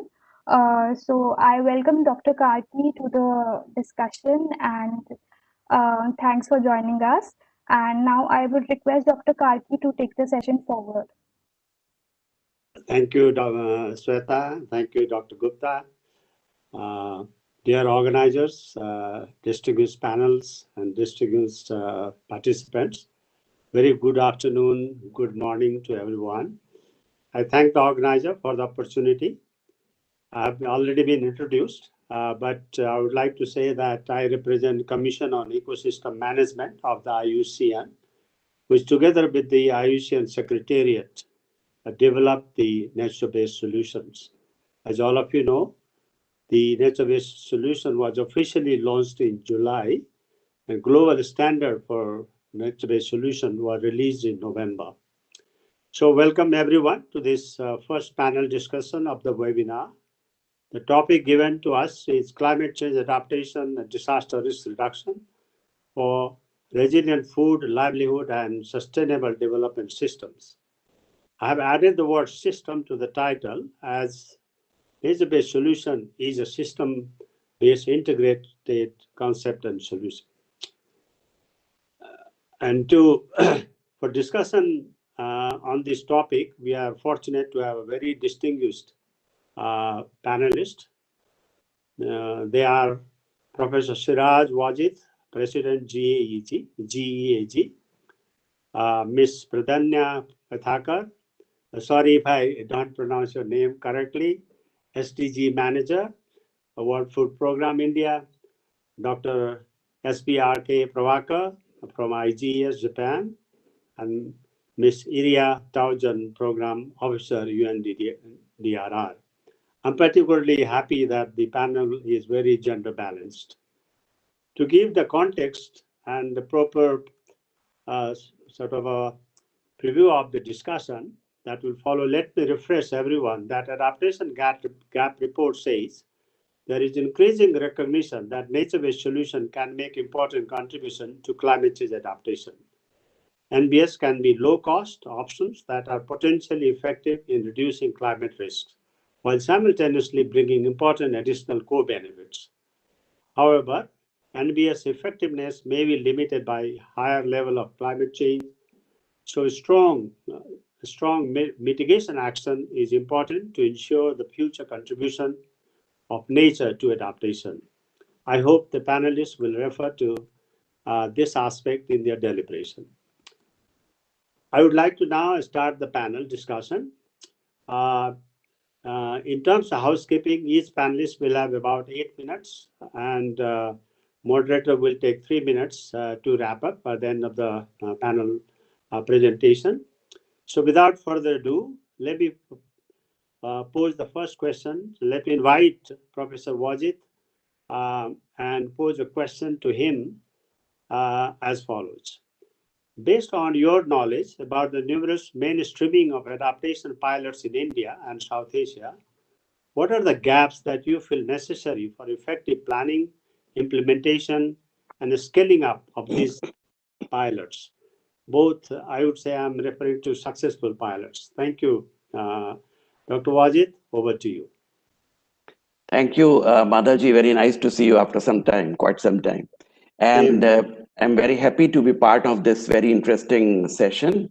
And I mean, we all are here to reflect on a very interesting report, actually, which Henry has already presented. And this report is coming especially after the COVID times, the initiation of the COVID times. And this is a challenging time, which the report highlights that how the resources actually which are available for adaptation, especially after this COVID phase, how this climate change adaptation resources will be utilized and will be mobilized, and how this COVID stimulus package can lead to a climate resilient and low emission recovery. And in that context, I'll start from where Mr. Sahota was talking. We measure the progress through the planning and the finances, but what is actually happening on the ground is something which is really interesting and to see, and it is important also.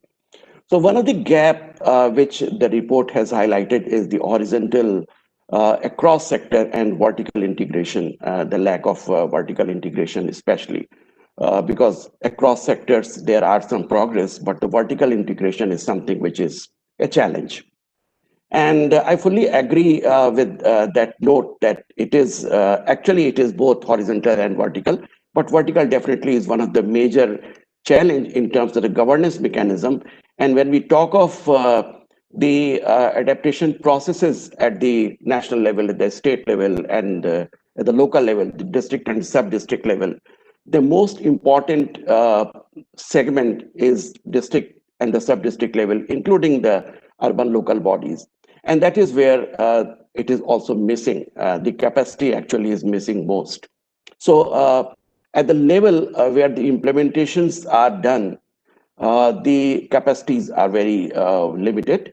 And that is something actually which is really of concern. So one has to see that how the look at the local level, the line departments, the panchayats, the urban local bodies, the intermediary organization, how they can be capacitated so that they take appropriate and right decision for the adaptation processes which are happening on the ground.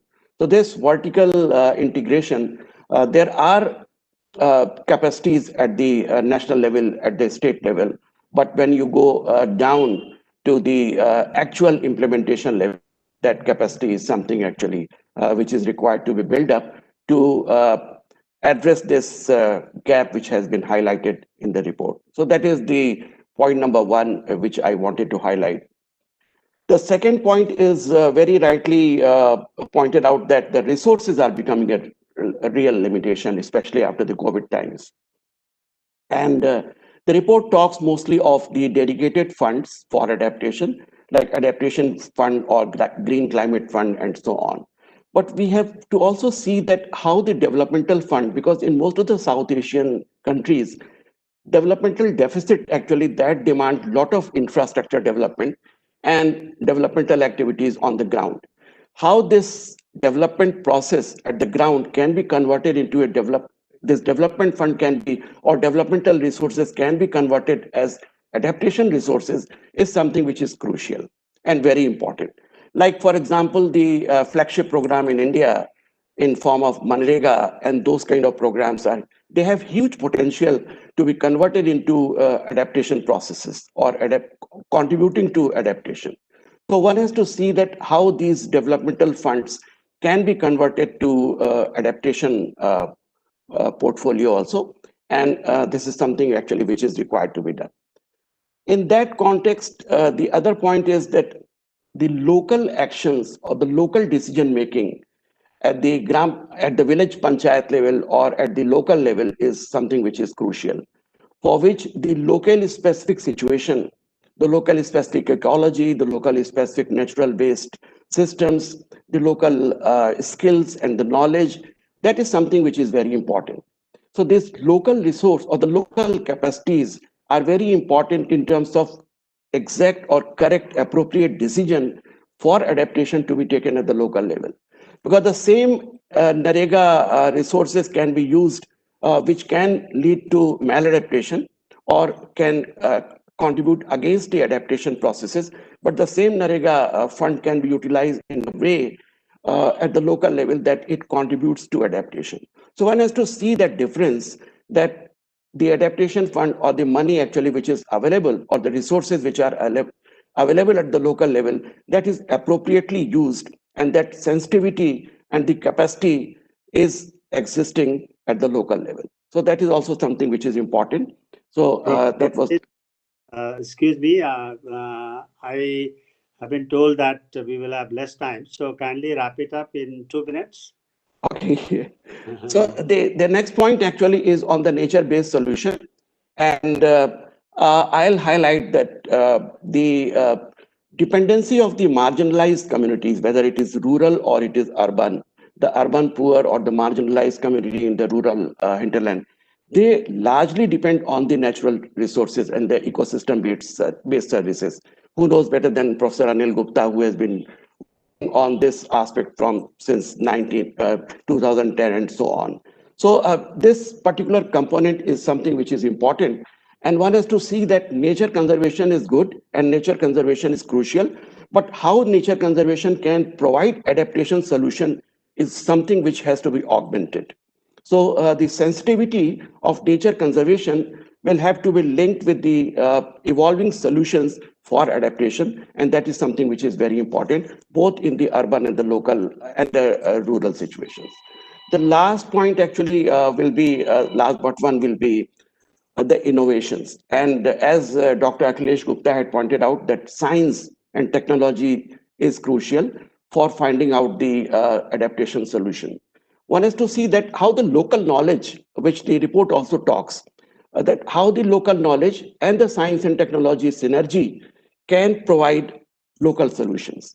And there, the local knowledge is crucial, knowledge is important. One has to give that space to those kind of innovations and those initiatives at the local level to the local communities. So that is also something which is important, that the synergy of indigenous knowledge and science and technology that exists and that is provided space and recognition. And the last point which I wanted to highlight is that the report also highlights the blue and green infrastructure. And that is something which is very important in all the sectors, like in the urban sector, in the peri-urban areas, and in the rural areas. And that connect between these three, the rural to peri-urban to urban, is something which is important to be taken care of. So the ecosystem services or the ecosystem-based solutions are crucial. And there is a win-win situation that the ecologically appropriate livelihood, if that happens in the peri-urban and the rural area, that contributes to resilience to the urban areas. So that is a kind of a very close synergy amongst the three. So with this, I'll stop. Thank you so much. And yeah. Thank you, Professor Wajid, for your very insightful comments. I fully agree with you that the marginalized communities and local people, vulnerable communities, they have high dependency on nature-based nature, and nature conservation, I think, is necessary for future adaptation. But I think you would be very happy to know that both nature conservation and adaptation work best at local level. I think if we can really build synergy between adaptation and nature conservation, as it's done through EBA and other kind of tools, I think we can achieve both and synergy can be created. So thank you very much for this comment. So now I would like to request next panelist, Dr. Pradanya. And the question, I'm sorry that I'm not introducing panelists because in the interest of time. And Ms. Pradanya, for you, the question is, food system, especially food and nutrition security, face multi-dimensional challenges in India. As India is embarking on second green revolution, what are your insights and foresight for ensuring climate resilient food system that can ensure food and nutrition security for all Indians? Thank you. Mr. Danna, are you there? Yeah, you are muted, Pradnya. Please unmute. Oh. Am I audible now? Yes, Hello? yes. Yes, Yeah, yes, yes. Yes, you are. Right. Thank you so much. Thank you so much, Mr. Karki. I think this is a very important question, and often when we talk about the adaptation and the natural conservation, we think that the food and nutritional security is implicit in it.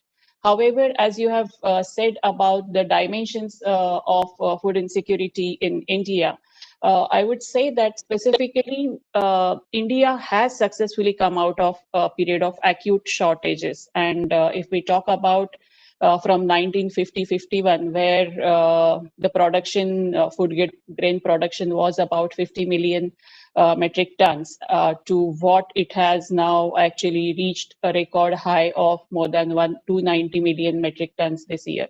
So if we talk about, although the gross cropped area under the food grains, it has remained more or less stagnant, so which is between 120 to 126 million hectares.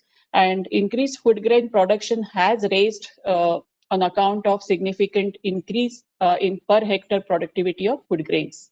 So although the per capita net availability of food grain remained almost constant, which is little over 400 grams per person per day, the government stocks and exports of food grains has increased over the years. So we can say that at an aggregate level, India has food sufficient to feed its current population. However, there are still issues in accessing the food, and inclusiveness and equitable distribution are still issues. As we know that still the lowest quantile of let's say 20% actually don't get adequate calorie consumption. If we talk about the overall expenditure on food by the poorest 20% lowest quintile, it is as high as 61%. Monthly expenditure on food in rural areas is 48.6%, and among poor it is even above 60%. And in urban areas, it is again 38.5%, which is really very high, and among poor it is even more, which is 55%.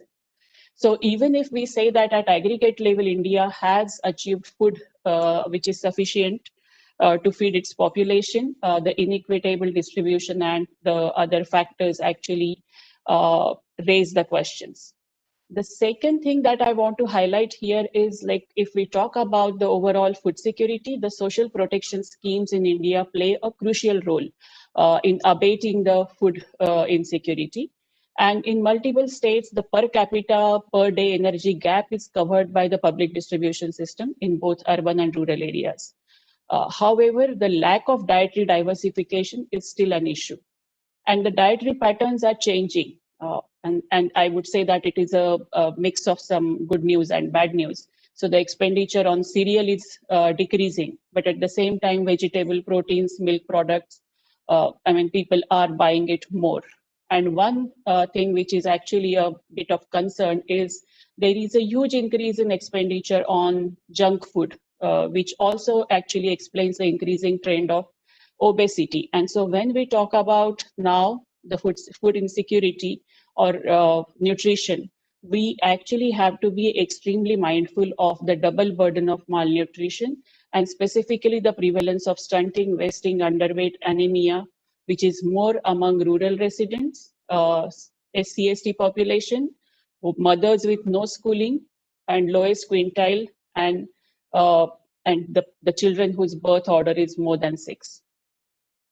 If we talk about nutritional levels, we know that these are alarming in India. Infant and young child feeding practices and care during pregnancy, adequate complementary feeding, they show positive trends, but they are still at a suboptimal level. Survival rates are improved, but malnutrition rates are still alarming level, and dual burden of making lives even more complicated. So every event of climate-related disaster has adverse impact on all dimensions of food insecurity. And unfortunately, as Mr. Sahota had said, when there is no measure, there is no knowledge. So there is a kind of perceived reliance, but there is no clear-cut causal linkage between the two. And so climate change is expected to change the production patterns, limit the varieties, which will actually restrict the diversification. Nutrition and frequent crop failures will result in further reducing the food security and the gains which have been achieved over a period on the nutrition side. Storage issues will become more prominent. Overall supply chain is going to be strained, and higher losses and wastages are expected, and which actually shows that there will be. Hello? Can you wrap it up in 2 minutes? Sure, I will. Yeah. So if we talk about the second green revolution, Bill Gates, actually I like to quote Bill Gates, who said that 3/4 of the world's poorest people get their food and income by farming small plots of lands. And we can make smallholder farming more productive and more profitable, and we can have a massive impact on hunger and nutrition and poverty. The charge is clear. So we have to develop crops that can grow in a drought, and that can survive in a flood, and that can resist pests and diseases. So we need higher yields on the same land in harsher weather.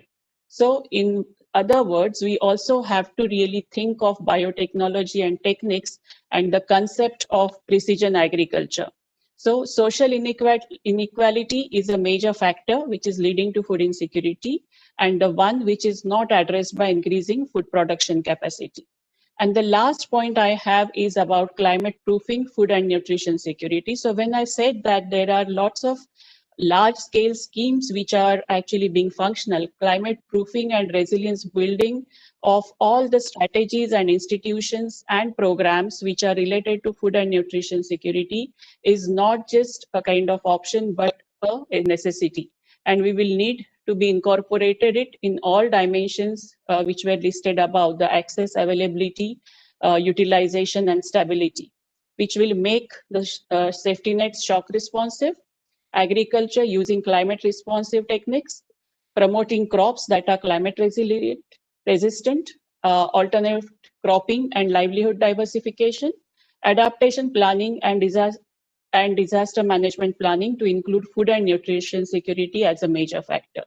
So lastly, the beginning could be by initiating integration of food and nutrition in the entire discourse of DRM and climate change, right from training to guidelines to village level local plans. So increased coordination among all the stakeholders, including the private sector, the CSOs, government, UN, multilateral agencies, which was also called or referred as vertical and horizontal integration by my predecessor. So India has a potential to show way because of this existence of large-scale safety nets such as PDS, MDM, and ICDS or NREGS, and climate proofing of all these strategies is actually a solution. So I'd like to stop there. Over to you, Mr. Karki. Thank you so much for the opportunity.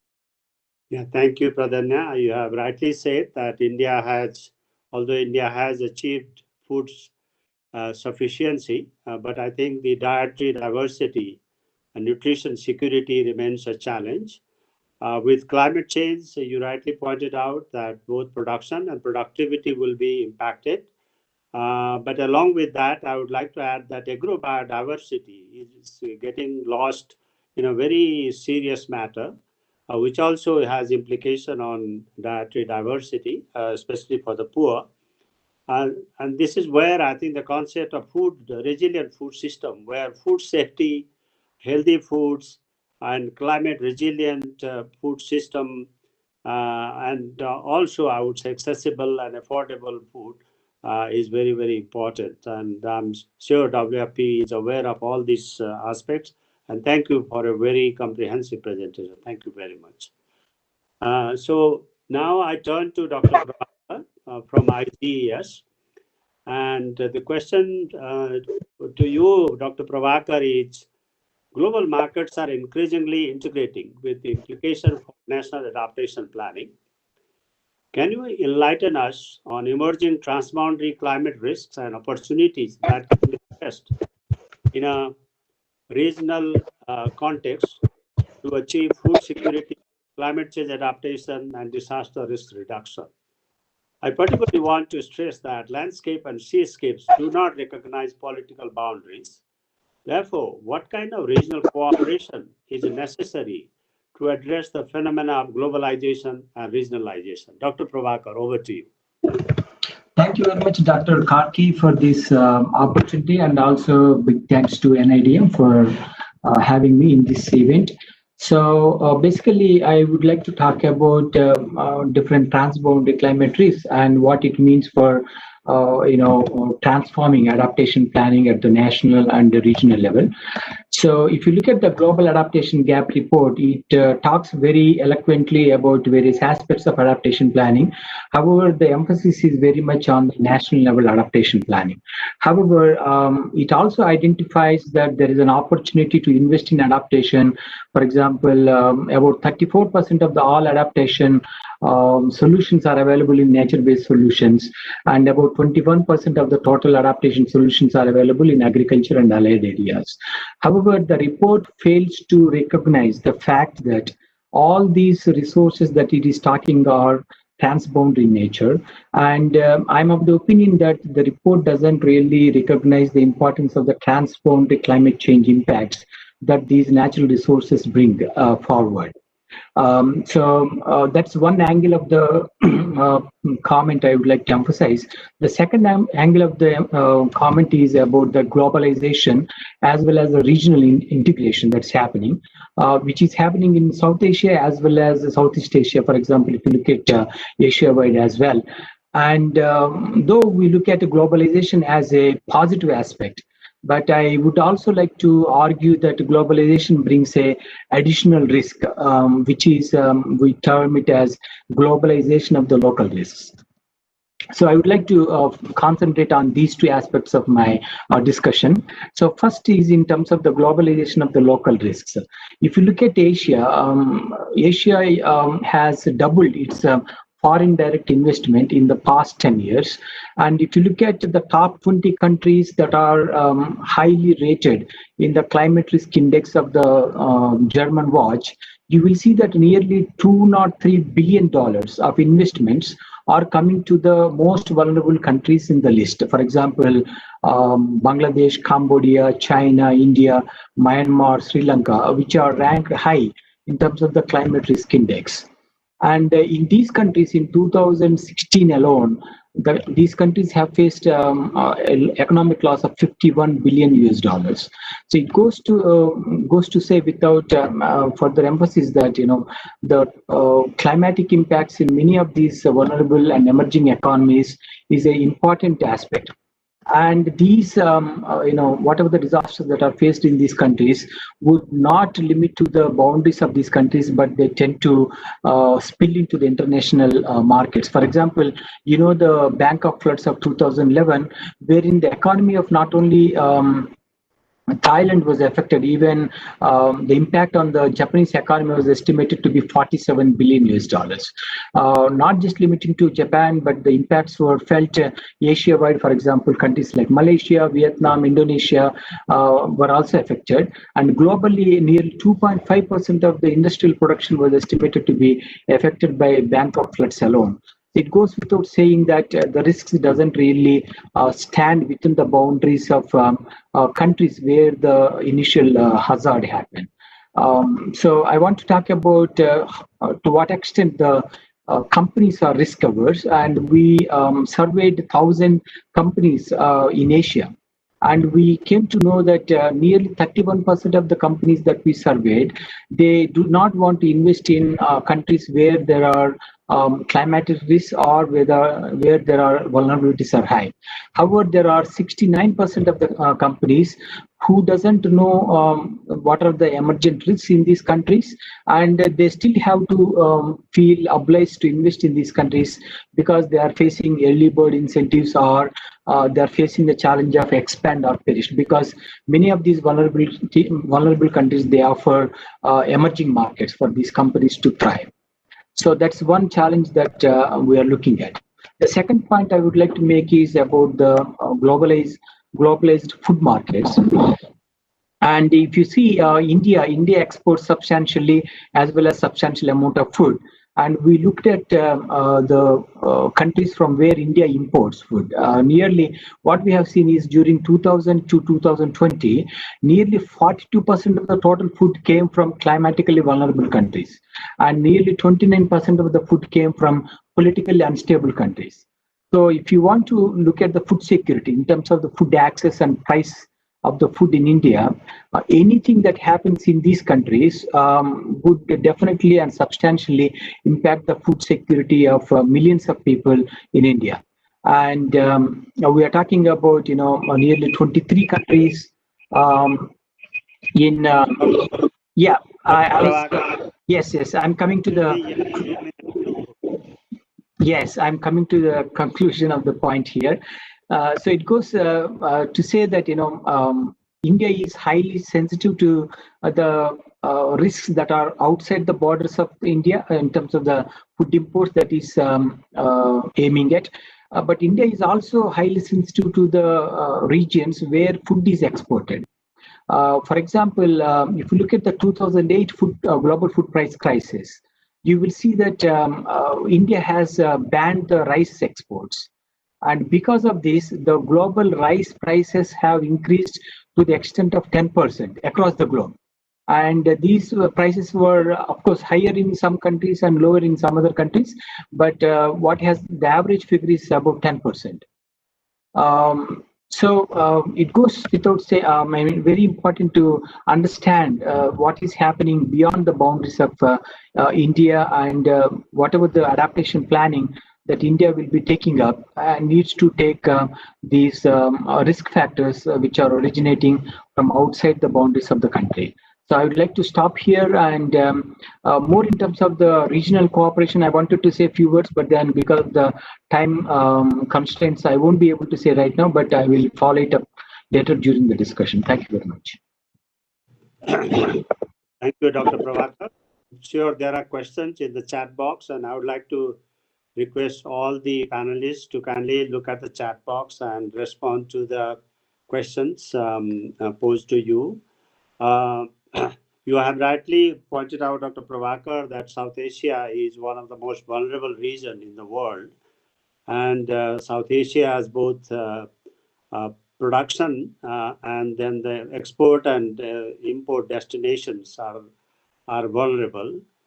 So definitely, I think regional cooperation is called for, global cooperation is called for in having sustainable food systems. And this is also very important from adaptation point of view. I think Adaptation Gap Report has pointed out that investing in nature actually helps both the food system and adaptation. I hope in your regional cooperation, as I pointed out, that biodiversity and ecosystem, they do not understand, they do not follow political boundaries. So regional cooperation is inevitable if you want to have food security and food, I would say, the food system resiliency. Thank you very much. So our last panelist is Ms. Taujor from UNDRR, a very important institution for this topic. So my question to you, Ms. Taujor, is climate adaptive development is fundamental for achieving the goals of Sendai framework, as well as for achieving SDG. What are the key issues and challenges, in your view, that are important to address in realizing the benefits of adaptation, both in disaster resilience and SDG in the Asia Pacific region? Thank you very much, Dr. Karvi, and good afternoon, everyone. It's my pleasure to be part of this panel, and I join the previous speakers congratulating NIDM for the initiative on this event. I think as highlighted by Dr. Henry, 2020 has been one of the warmest, not only has been one of the warmest year on record, but also has been a year of multiple and compound disaster events. We have seen cyclones, drought, floods, earthquakes all occur in the same time as the COVID pandemic, which with large figures of people affected and economic and livelihood losses. So I think one of the important issues that we need to look at what are the challenges to realize the benefits of adaptation for building resilience pertains to perhaps three different dimensions. One, as highlighted in the report, related to the capacities for implementation. And this is also common in disaster risk reductions. Many countries have adopted DRR strategies, but then there is very limited capacities in the implementation. And this relates to governance system inefficiencies. There are still silos at the operational level. Conceptually, there is recognition that there are linkages between climate change adaptation and disaster risk reduction, and there is an acknowledgement that they both share the same aim, reducing vulnerabilities and enhancing resilience. But operational, there are many overlapping governance, planning, and implementation process. And there is still the multi-sectoral, multi-hazard approaches for comprehensive risk management are still lagging behind. Both domains are faced with the same needs to be mainstream into development planning and budgets. in order to contribute to sustainable development. And the point of budgets, I think, is very important because risk reduction and adaptation commitments, as highlighted in the Adaptation Gap reports, remain aspirational unless they are translated into the budgetary process. And institutional capacity gaps that has been highlighted in the reports also relates not only to technical aspects, but governance aspects, like limited inclusive process, horizontal and vertical linkages that are not well established. And one particular issue around implementation capacity that is highlighted in the report that I would like to pick on is on the learning feedback loops and the gaps on this, and that are related to monitoring and evaluation systems that limit the opportunities to learn and to take action to create implementation approaches. And perhaps the challenge in disaster reduction is slightly different, because at this stage, there are 7 global targets with associated indicators that have been established for monitoring the progress in the Sendai framework implementation, and they are directly linked to targets on the Sustainable Development Goals. But there's still some gaps on measuring the effectiveness of concrete actions. And one example could be around the target G related to access to risk information and early warning systems, where we can measure with project indicators like how many people have access to radio or to the TV to see warning messages. That said little about the effectiveness of these systems to reach most vulnerable people and the capacity of people to take action when they receive a warning and to understand the warning itself. Another set of challenges that I think are quite well highlighted in the report relates as well to data and capacity issues to integrate disaster and climate risk reduction into national development policies. First point on damage and losses information. I think environmental losses from disaster are hardly captured in most disaster loss database, and the economic and disruption in access to services, whether it's health, infrastructure, whether it's services and education, from disasters are still underreported. And this loss accounting is very important because measuring the impact of disasters is very important to assessing the benefits of adaptation measures and risk reduction measures in terms of the avoided losses. And I think this is well highlighted in the example in the Adaptation Gap Report in regards to nature-based solutions. When it says that despite the significant benefit of cost ratios over the long term and multiple benefits of nature-based solutions, those benefits are not typically accounted for, and this relates to gaps on data and knowledge and the capacity to assess the impact of disasters and impact of climate change. And also these gaps on data relates to gaps in understanding the vulnerabilities, their multidimensional and dynamic nature, and also in the traditional disaster risk assessment, there's still a gap in integrating the climate change projections and what do they mean for floods hazards, what do they mean for droughts. And there's still quite a limitation in the classical approach to risk assessment. And even when those risk profiles are widely available, there is issues on translating that data into insight for decision makers. And I think especially at the sector level, normally they are more widely used for contingency planning purposes, but not that much to provide instance for the planning and for prevention aspects. And another challenge around data I would like to highlight this as well in terms of data on investments. So it's highlighted in the Adaptation Gap Report. So, Ms. Townsend, sorry, you have 2 minutes to wrap up. Sure, I will, no problem. So the aspect of tracking the investments. There is a lot of investment in tracking system, developing climate tagging system, the disaster risk budget reviews, but still there is very limited information on where the countries are investing. And this is essential to build a baseline to know if we need to focus the investment from post-disaster, from prevention, from more risk mitigation aspect as resilient infrastructure planning or other investments that also builds in capacities to withstand those shocks. So I just will stop at here highlighting some of these data issues that really hinder the ability to integrate climate and disaster risk management fully into the planning and budget process in sectors and national development plan.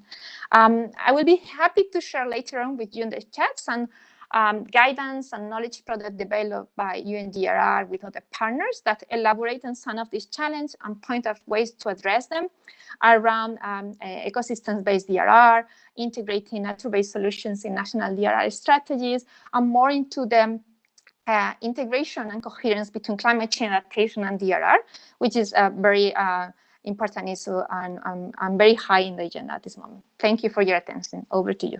Thank you, Ms. Townsend, for a very informative presentation. You have rightly pointed out the capacity gap, and also you have stressed the importance of monitoring and accounting. You also mentioned about avoiding losses. I think this is where the importance of nature-based solution comes in. As you know that there are many no regret or low regret measures which are based on harnessing nature's or ecosystem services. So I think use of nature-based solution can avoid future costs and also avoid damages. So that's very important. You already mentioned some other tools which are based on ecosystem. So with this, I would like to thank all the panelists. I would again request them to look at the chat box and respond to the questions. I would like to wrap it up by saying that what has come out very strongly and very clearly is that the mainstreaming of nature, that means ecosystem services in development, is difficult but necessary. Now, more important now than in the past. So, nature-based solution, as I mentioned, we were part of the group which developed this nature-based solution. This is an umbrella concept that covers a range of different approaches. It's built on already well-recognized ecosystem-based approaches such as ecosystem-based adaptation, ecosystem-based mitigation, and eco-DRR. It has 8 principles, which you can always access it from IUCN website. Among others, stresses integrated management of natural and modified ecosystem at landscape and seascape levels in a fair and equitable manner. Tools such as payment for ecosystem services and ecosystem protecting infrastructure and communities, EPIC, can address climate change and disaster risk reduction challenges, making our food system, livelihood system, and sustainable development more resilient and secure. For this, I think countries have to fully mainstream these nature-based solutions in national policies and programs. Now, building resilient, I would say, infrastructure, resilient food system, resilient urban system, we had different, can be achieved through different approaches, maintaining and restoring critical watershed and coastal ecosystem, taking landscape approach, protecting and restoring forest of socioeconomical, cultural, and environmental high environmental values, enhancing availability of forest ecosystem services to supply food, fodder, water, and biodiversity, supporting indigenous, local, and poor communities to adapt to the situation-specific or contextual climate change-induced changes. And this is where indigenous and local knowledge can be very handy, maintaining connectivity of fragmented ecosystem in production and biodiversity landscape, and enhancing natural risk averting or buffering capacity of forest ecosystem. I think the lessons already, learned, and many panelists earlier mentioned, healthy forest can maintain the flow of forestry, ecosystem goods and services. So I think reforestation, afforestation, and forest management are very, very important. Ecosystem have limits beyond which it cannot function effectively, requiring engineering and policy measures also to complement. I think in this respect, the hybrid measures, where you start with engineering measures, but then you reinforce with natural measures such as bioengineering are also nature-based solutions. Knowledge gap, I think in future climate change, in addressing future climate impacts are will be very important. So we need to continuously enhance knowledge and fill in the knowledge gaps. And finally, I think sustainable forest management needs both human and ecosystem capacity enhancement. So capacity building would be needed. So with that, I think I would like to thank Dr. Gupta and NIDM for giving me this opportunity. I am sure this webinar will be very, very useful to all of us, and I really am learning, and thank you again for the opportunity. Thank you. Thank you. Thank you. Yeah. Thank you, Dr. Karki, for very nicely moderating and summarizing. Now we can move to the next panel. Over to Shweta. Moving ahead directly to panel discussion section, this session basically aims to explore climate change and DRR with respect to socio-economic sustainability and governance. The moderator, we are honored to have with us Dr. Alok Sikka. Dr. Sikka is country representative India for International Water Management Institute, and Dr. Sikka, before joining the institute, he has served as Deputy Director General also he has also served at Indian Council of Agriculture Research. Dr. Sikka was the director of ICR Research Complex, and Dr. Sikka has more than 250 publications and is also recipient of many international awards and recognition. I would like to invite Dr. Sikka and would request him to kindly take the session forward. Thank you, Shweta. Thank you very much. And thank you, Dr. Gupta, for having given me this opportunity. I know that we are already running late by over half an hour or 45 minutes. So I know that I'll have to quicken up the entire thing.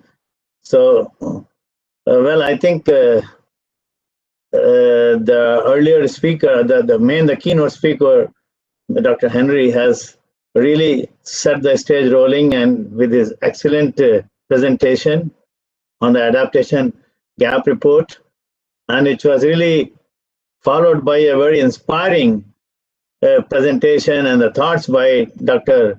and Professor Sarabjit.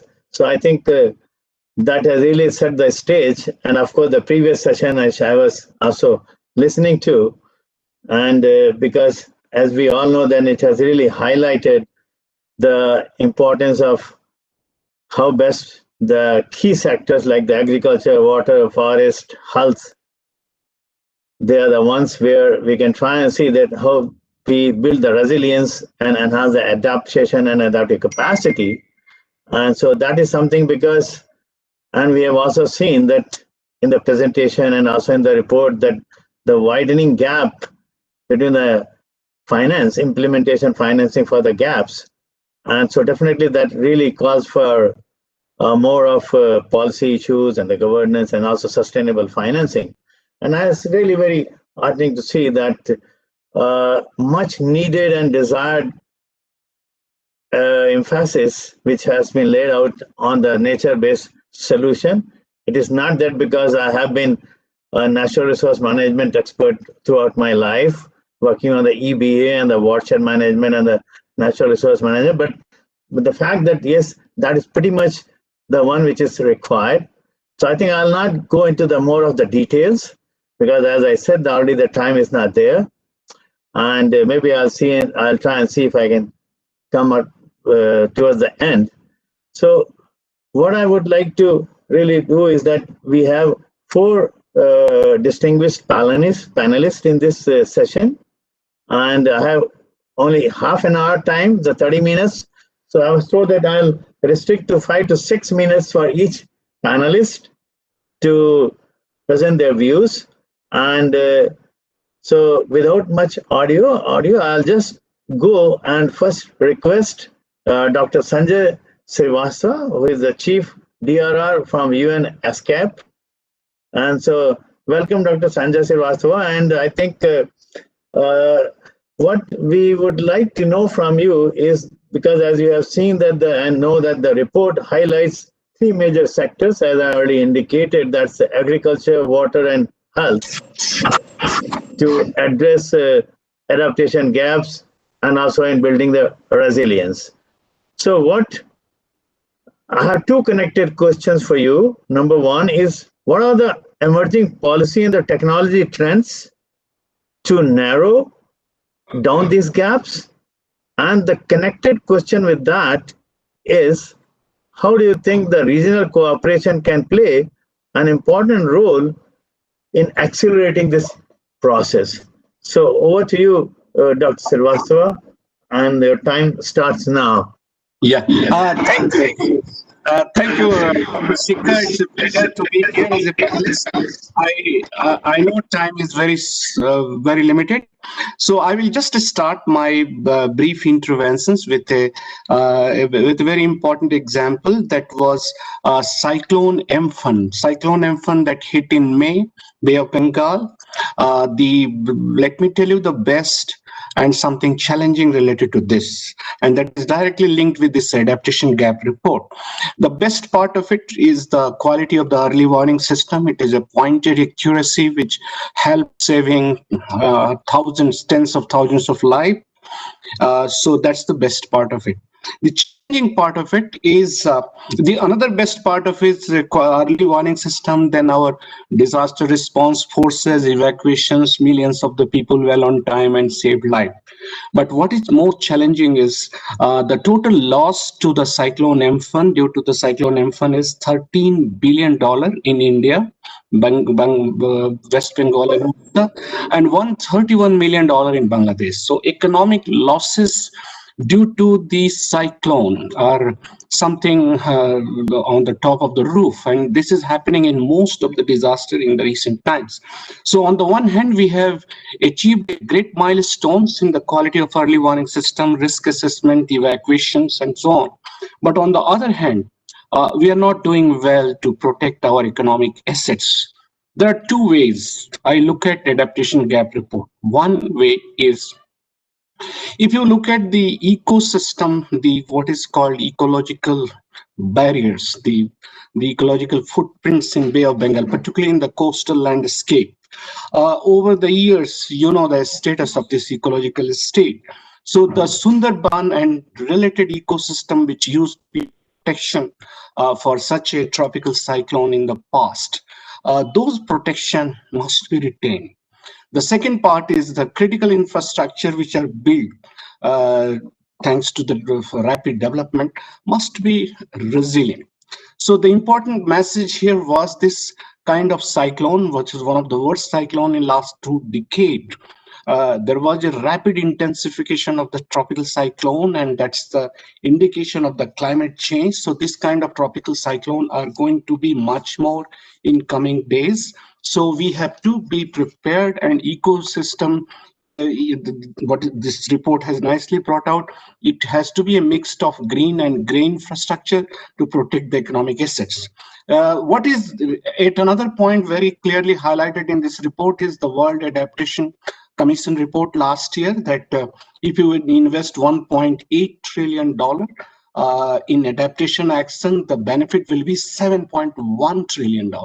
And the area of the benefit is, of course, the multi-hazard early warning system, the water resilient infrastructure, dryland agriculture, the mangrove ecosystem, and so on. So while we know the benefit of investing in resilience, what are the barriers which somehow prevents the country not to spend despite knowing its cost benefit analysis? I'm very happy this report has clearly brought out those barriers based on the analysis of many adaptation fund, green climate fund, and global environmental fund analysis. But the takeaway message which I would like to flag up by the end of the discussion is, there are certain stages of adaptive actions. Early planning, early implementation expanding, implementation widespread, evidence of risk reduction associated with the adaptation. If we take this early, means if we plan adaptive action which are risk-informed, which are based on many of the scientific evidences available through the multiple sources, I think we will be doing a better job on adaptation and resilience track. Thank you, Dr. Sikka. Thank you very much. Thank you very much for really being even before time. So that's really so that has really saved the time for the others, and maybe that will give us some more time for the questions and answers, Q&A. And I think, I mean, well, you have really highlighted a very important point that when we are looking into disaster risk reduction associated with or without climate change, I mean, and also building the resilience, and because it's the early warning, it's really makes a lot of difference. And now with the advancement in the scientific tools and the knowledge, I think our realization efficiency in the early warning is also pretty much enhancing. And I'm sure that in the future it's going to be enhanced further and further. So that's really adds more kind of not only just the value, but it also arms us with a much more better way of dealing with this kind of emerging situation. So I think so I would also, because it was maybe you can just keep it in mind that emerging policy and technology trends. So if you have any specific thing to mention about this, maybe when the Q&A is there or right now if you want. So what do you think would be the one or two best policies to kind of internalize for that? Yeah, I'm sorry I missed this point of regional cooperation. So better go that. Yeah, I think. Just give me half a minute time. Sure. Any early warning system, particularly if you take the example of tropical cyclone or the flood in transboundary river basins, it cannot be done alone by one country. Like, for example, in Bay of Bengal, there is a ISCAP WMO panel on tropical cyclone. Is the densification of observational network in Bangladesh, India, Sri Lanka, Myanmar put together forms like, a cluster of radar, satellite, and many ground stations network, which data goes into the models, and that is the reason it gives you a pointed accuracy forecast of the early warning system. And that is only possible if there is a relationship between the countries, the hydromet services of Bangladesh with India, with Sri Lanka, and all the neighboring countries. So this is spirit of regional cooperation, which has been very well demonstrated in case of tropical cyclone and to a very large extent in tsunami. It need to be demonstrated in case of the floods and drought. It's a unmet need in flood that the cooperation among the riparian countries, whether within a country or even outside the country, that cooperation we need somehow to make a dent, and that is key challenging. And technology is, my last word is technology. There used to be such a challenge of sharing the data, particularly the flow data. You are a water person, the challenges of the classified versus unclassified information. But the technology and the models, the climate models, the altimeter radar data from the multiple orbiting satellites, those technology are now bringing the data which will be classified domain to the public domain. But you need a capacity to capitalize on these technological advances. So so we can see. Yeah, I think that technology is there, and I think we have to further see that how best gets more refined and then put to more of a practical use. So yeah, that's something that in the future way forward. Right. So thank you very much, Dr. Srivastava. And I think the next, I'm told that Mr. Unikrishnan Nair, he's not there, so we have more time. And the next panelist I would like to invite is Ms. Soumya Bhatt. And thank you very much, Dr. Srivastava. And maybe when there Q&A, then we'll again come back to you if the time permits. And thanks for that, for a very enlightening presentation of yours, intervention. So, Ms. Soumya Bhatt, She is Advisor Environment, Climate Change and Natural Resource Management with the GIZ India office. So over to you, Soumya, you are there? Yes, I'm here. All right. So Soumya, I have what I would like to put before you. As you know that India is taking leaps and bounds in climate resilient development through effective planning at subnational levels, because of course we are doing state SAPs and things like that. However, local effective still have some major challenges. And so what are, in your views, on this kind of thing, that how to really go about it and improve that at the subnational and also at the local level? So over to you, Soumya. Thank you, Dr. Sikka. Can you hear me? Sure, very loud and clear. Thank you. So good afternoon, everyone, and thank you to you, Dr. Sikka, and also to NIDM for this opportunity. I enjoyed all my previous panelists speaking on various topics. So coming to the topic of localizing adaptation planning in India, I would first like to begin by saying that state action plans on climate change have been the primary vehicles for adaptation action at the subnational level in India. However, the implementation of SAP-CCs, as we all are largely aware, has been a challenge due to several factors, including a lack of dedicated funding source and capacities across different stakeholders, and also lack of ways and means to turn those strategies into meaningful outcomes at the local level. And further, the scope of SAP-CCs is largely or has largely been restricted to state jurisdiction, without a very clear vision or mandate for a decentralized governance systems. And this can also be seen from the fact that districts and cities are still largely neglected areas for climate action as far as the SAP-CCs are concerned. And planning for climate adaptation at the subnational level has usually been top-down, and it can be more decentralized with more bottom-up planning processes.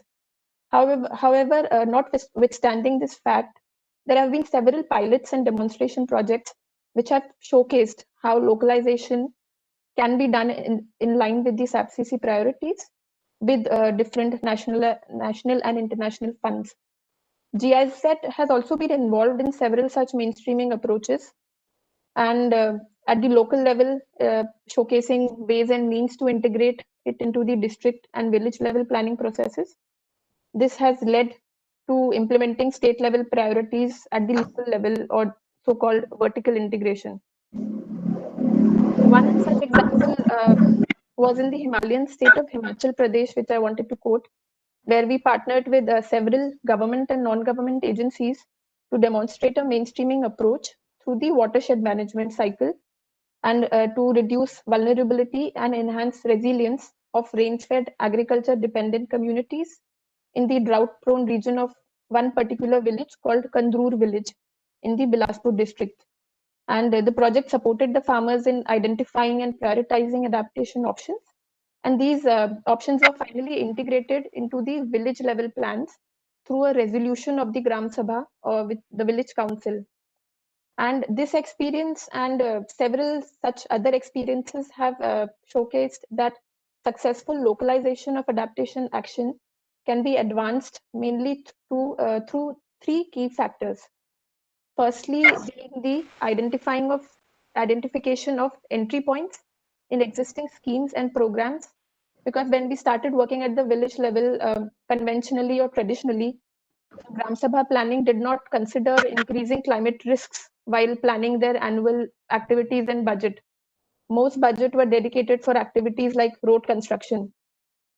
But through this intervention, adaptation activities were prioritized through consultation with communities and local officials, and also linking it with potential sources of funding from existing budgetary allocations. Then the second factor was intensive engagement with local communities and local government officials. I think we all know that adaptation measures must be based on reliable and scientifically sound evidence of climate change impact in a particular region. However, it is important to look at climate in smaller regions and not just annual averages or the big numbers like seasonal variations in rainfall or number of rainy days or change in number of dry days. It is very important to analyze data in smaller administrative areas like at the panchayat level or the village level. And in addition to the modeling data, it is also important to engage with local communities. But then it is also seen that at the local level, access to actionable climate information is often challenging because mostly climate data and projections are available at the district level, and capacities to translate these information firstly into impacts and then make inferences for work are often very limited at the ground. So in such cases, we have seen that NGOs or other strengthened intermediary organizations can play a very crucial role in capturing local socioeconomic as well as climate information. And then further, to integrate these prioritized interventions at the local level planning processes, it is crucial to continuously engage with the local governance systems, which was the Gram Sabha in this case. Firstly, to create awareness about past and future climate change impacts, and secondly, to work along with them on the annual budgetary and policy cycle to find the right entry points. Therefore, we need strong intermediary organizations such as community groups, as well as networks, which can bring together these actors with divergent expertise at the local level. And our experiences have shown that wherever such structures are present and have certain capacities, localization is possible and can be made more effective. And the third factor I wanted to talk about was leadership. So in the whole adaptation planning process, it is also very important to define the key stakeholders and develop champions among government and non-government alike, and also academia, because they can play a key role in influencing policy decisions, finding solutions, and their involvement and the use of their expertise tied in with the subnational climate change planning can certainly create the network necessary for localization of such adaptation efforts. And here also the project worked closely with the village and district administration with coordination at the state level as well. In the end, I would like to emphasize that there is no really one-size-fits-all approach to adaptation planning or adaptation localization for that matter. And our experience of working on implementing India's SAP-CCs at the local level has shown that there are a number of benefits of supporting decentralized adaptation planning and community participation. For example, there is ease of convergence of funds at the local level from various government sectoral schemes and programs, and whereas it provides co-benefits with developmental goals. However, having said that, it is also important that renewed efforts must be made to downscale the SAP-CCs to the district level, because so far it has been done in more or less in pilot basis in different areas of India, but a more systematic downscaling with guidance from national and state level is required. And certainly such localization of adaptation planning will offer a roadmap for state and national programs, and will certainly provide entry points for strengthening more decentralized planning and climate governance at the local level. Thank you. Thank you very much, Soumya, for really very pointed and very precise intervention. And I think I must say that I agree with all of them, because that is what has been my always the thought and the thinking process, and working also with the national adaptation plan, national plans, and also the state climate adaptation plans at one point of time.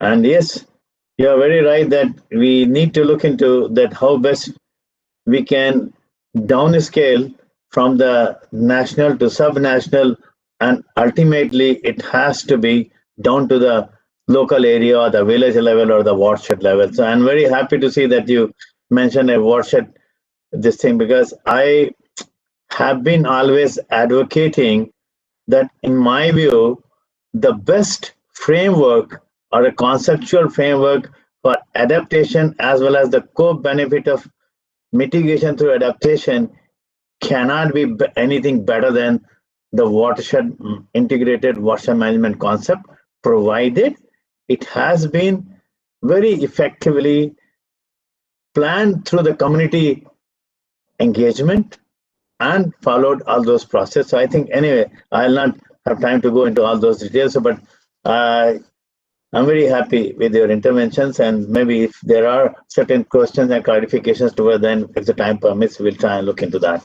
So thank you very much, Samya, and let's wait if there are certain questions. Maybe you can keep looking at the chat box to see if there are anything for you. So then, last but one of the most important interventions that we have the panelist in this session is Professor Dr. Dilanthi Amaratunga, who is the head Global Center for Disaster Resilience at the University of... Yes? Dr. Sikka, actually, she got some technical problem and she is not able to reconnect. Oh. So yeah. So then we'll have to move ahead. Okay. And, so only there's two speakers then, huh? Right? Yeah. G. Okay. So then I think we can. I don't think that we are not opening up for question answer for the audience like that. Only whatever is there on the chat box. I think if I can read it, if some people have got this thing, let me just see if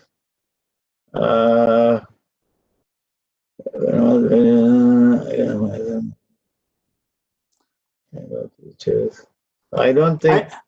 I would request you for your summing up point of the session, and then we can. Okay, so if that is the case, then it's good enough for me. So yes, I must say that I really enjoyed the two speakers and the two panelists, and they of course talked. It was good that they were all both from the different stream of things. Now, my take on these two presentations and also the earlier presentation is that what we are talking about is looking into this session on the socioeconomic sustainability and the governance. I'll stick to that. I'll not go into my natural resource management. So the issue here is the key to successful adaptation, as we all know, is that how best we drill down from the national level to the subnational and at the local level. And so that is something which is right now missing, and perhaps that is something which really has to be made very, very prominent in our scheme of things. So, and it's not that it's not, it is thought is there, but as very rightly mentioned, that really requires, because even our state level climate adaptation plans have not been implemented in its right earnest because of many other regions, starting with the finance, capacity building, and so on and so forth. So the issue here is that we have to see that how best we can drill it down to that level. Now, coming to the fact that when we are talking about in these 3-4 sectors which have been mentioned very clearly in this report: water, agriculture, forest, health. I mean, the natural resource management, or what we are talking now also about the nature-based solutions, or EBA. So those are the kind of the bottom line. I mean, I must say that, and for that, in order to do that, really it has to, the planning has to be bottom up, because it cannot be top down. You can have something from the top down in terms of the policy perspective, and then trying to see that how best we can have a bottom up and try to see that it also meets the requirement which are coming up from the top down in terms of the policy perspective and other implementation modes. So that is something that we have to really think into. The sustainability is a bigger issue when we are looking into the nature-based solutions or the green solutions, because they are all often, very, very small interventions, and if they are not maintained well by the community, so that is where the community involvement, local institution building is really to be given a far more greater importance. And that is somewhere when we talk about the sustainability, I think the local institutions building and the local governance has to be really made and looked into from a very, very critical perspective. And also, unless that thing is really focused, perhaps we cannot move further beyond that. Now, coming to what I think I get it out of all these discussions is that we need to look into this broader principle and try to focus on bringing up integrated efforts in trying to look into how best we keep the national and the subnational perspective in mind and work through the local adaptation planning from the climate change point of view. So that is something wherein we can bring in the convergence, because we know that we have been talking about the financial crunch, because the gap report is talking about the low on the financing. Now there are public and private financing. So when we are looking into this local area adaptation planning, we also in India, we are talking pretty much, we have a policy now on convergence. So this is something that really would require to be looked into from the convergence point of view, and how best we can have a decentralized planning. And so this is something that I guess that we really need to look into that. And as the first panelist was talking, that we need to look into also the early warning system and the monitoring, because the monitoring and the early warning, both monitoring in terms of like drought or floods or cyclones or any other kind of things, and the early warning systems and the resource mapping. So those are the really kind of things. And then now that a very high resolution remote sensing have come, even at IMI, my colleague, we are working on, Giriraj is working on this kind of a thing. So we can really talk about those kind of a thing and really drill it down to that particular level. Now, to again, as Soumya was making a point, I do agree that we have to use whatever best the locally available data we can get at a higher resolution for even trying to look into the climate risk and vulnerability at that level, and building upon on the local networks to try to see that how best we move forward in that particular direction. So I think I will not go further and further. I think I'll leave it over here, and I'm sure that Dr. Gupta will try and sum it up. And as I said, I'll again lastly said, as Soumya mentioned, that they have demonstrated a good example using the watershed, but that is one of the way forward at the local area adaptation plan at the watershed of the catchment scale. So I think with these words, Dr. Gupta, thank you very much for giving us this opportunity and involving International Water Management Institute. I must also say that we are also developing district level climate adaptation plans. Maybe I'll share with you at some point of time. Thank you very much. Thank you. Thank you, sir. Shweta? Yes, sir. Thank you all the panelists and moderator for such interesting discussions, and the discussion which comprehensively captures the key issues and challenges related to the topic of the webinar, and highlighting the future strategies. I thank you everyone. Now I would request Dr. Gupta to kindly summarize the key takeaways from today's discussion. Over to you, sir. Thank you, Shweta, and thank you all the panelists, guest speakers, and participants for staying here. Our ED sir is also staying throughout the entire discussion, and more than 3 hours. So I'll be very quick.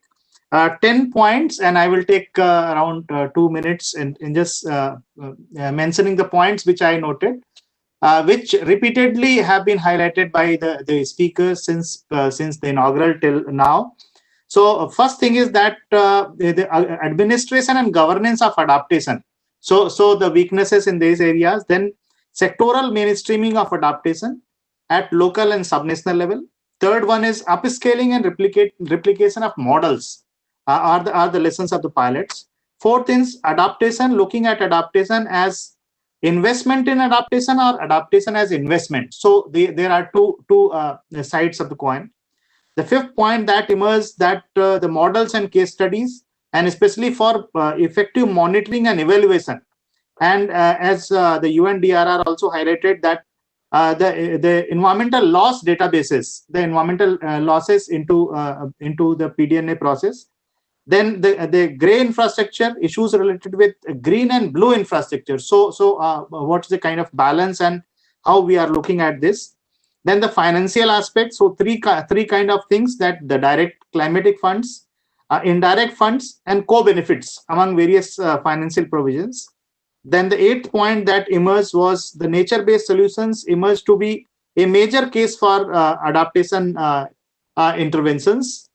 Then the key dimensions which emerged related with the sectoral issues like agriculture and food, health, industry, energy, transport, urban and water sectors. And in fact, during the discussion, it also emerged that nature-based solutions cuts across all the sectors, and it has significant benefits across the all. And the last point that was for strengthening risk communication systems and early warning systems, so that we can see that how effective is the adaptation, and how we are able to reap the benefits of adaptation in terms of disaster risk reduction. So these 10 points, and we will be coming up with the summary of discussions in more detail in our report very shortly after this webinar. So with this, over to you, Shweta.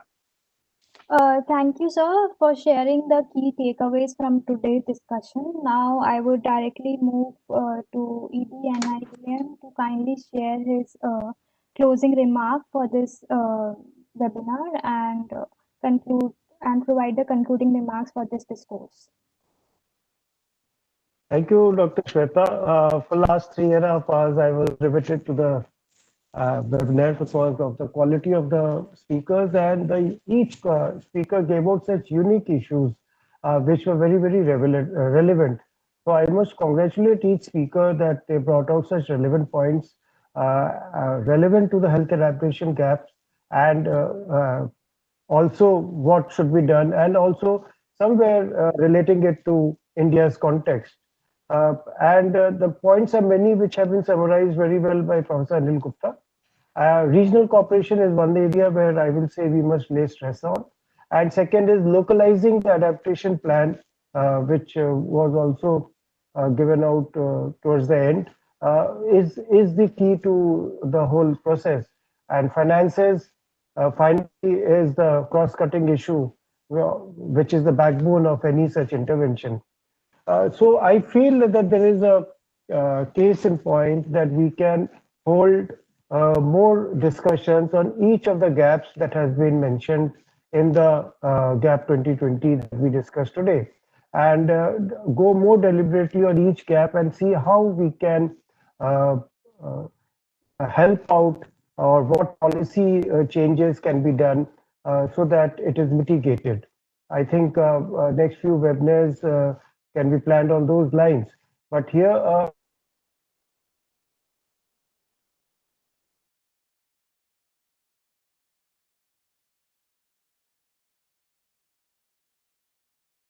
and I thank Professor Anil Gupta for getting together such a vibrant team of speakers, panel of speakers, that it was really, really informative, and thanks to all of you.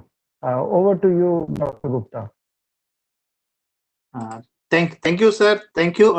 In fact, I must thank to you, because you only asked me that I should organize this webinar, and I am very happy and very thankful to all the partner organizations, international and national, and all the learned speakers who agreed to join and speak in a very short time, sir. Actually, it was a weekend in between, and then my colleague Shweta, Atisha, Harshit, and Fatima, and all the team members, they put in their efforts to make this a success, and with the cooperation from all, it has been a success. So thanks to you, sir, because it was because of you we planned this webinar.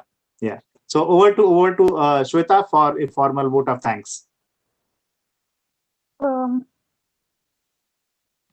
Okay, sir. At last, I take this opportunity opportunity to share my vote of thanks foremost to our inaugural guest, Shri Kamal Kishore Sharma and Dr. Bishore Parojali. I extend my heartfelt thanks to all the speakers, panelists, and moderators who all on such a short notice, as Dr. Gupta mentioned, agreed to join in this discourse and have made this deliberation so enriching for all of us. And a very special thanks to Dr. Akhilesh Gupta and his team at DST. Dr. Gupta is always a guiding light behind this project Capris, and he has always been so supportive for the endeavors of the project Capris as well as NIDM. Very special thanks to ED&IDM for extending all his kind support and assistance to the team for making this program a success.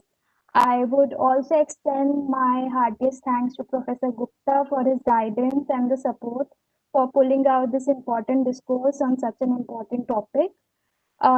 Here, I would also like to thank my teammates, Dr. Shweta Vaidya and Ms. Pritha Acharya and Ms. Atisha Sood for their kind support, and also a very special and heartfelt thanks to young professional at ECDRM division, Ms. Fatima and Mr. Harshad Sharma for all their support and assistance. And a special thanks to all the participants who made this event such a success. Thank you all. Thank you so much. Thanks to Eddie sir. Thanks to all the guests and participant. And thanks to Shweta. Thanks to Shweta. And congratulations to Shweta. Thank you. And thank you and have a good day. Good night.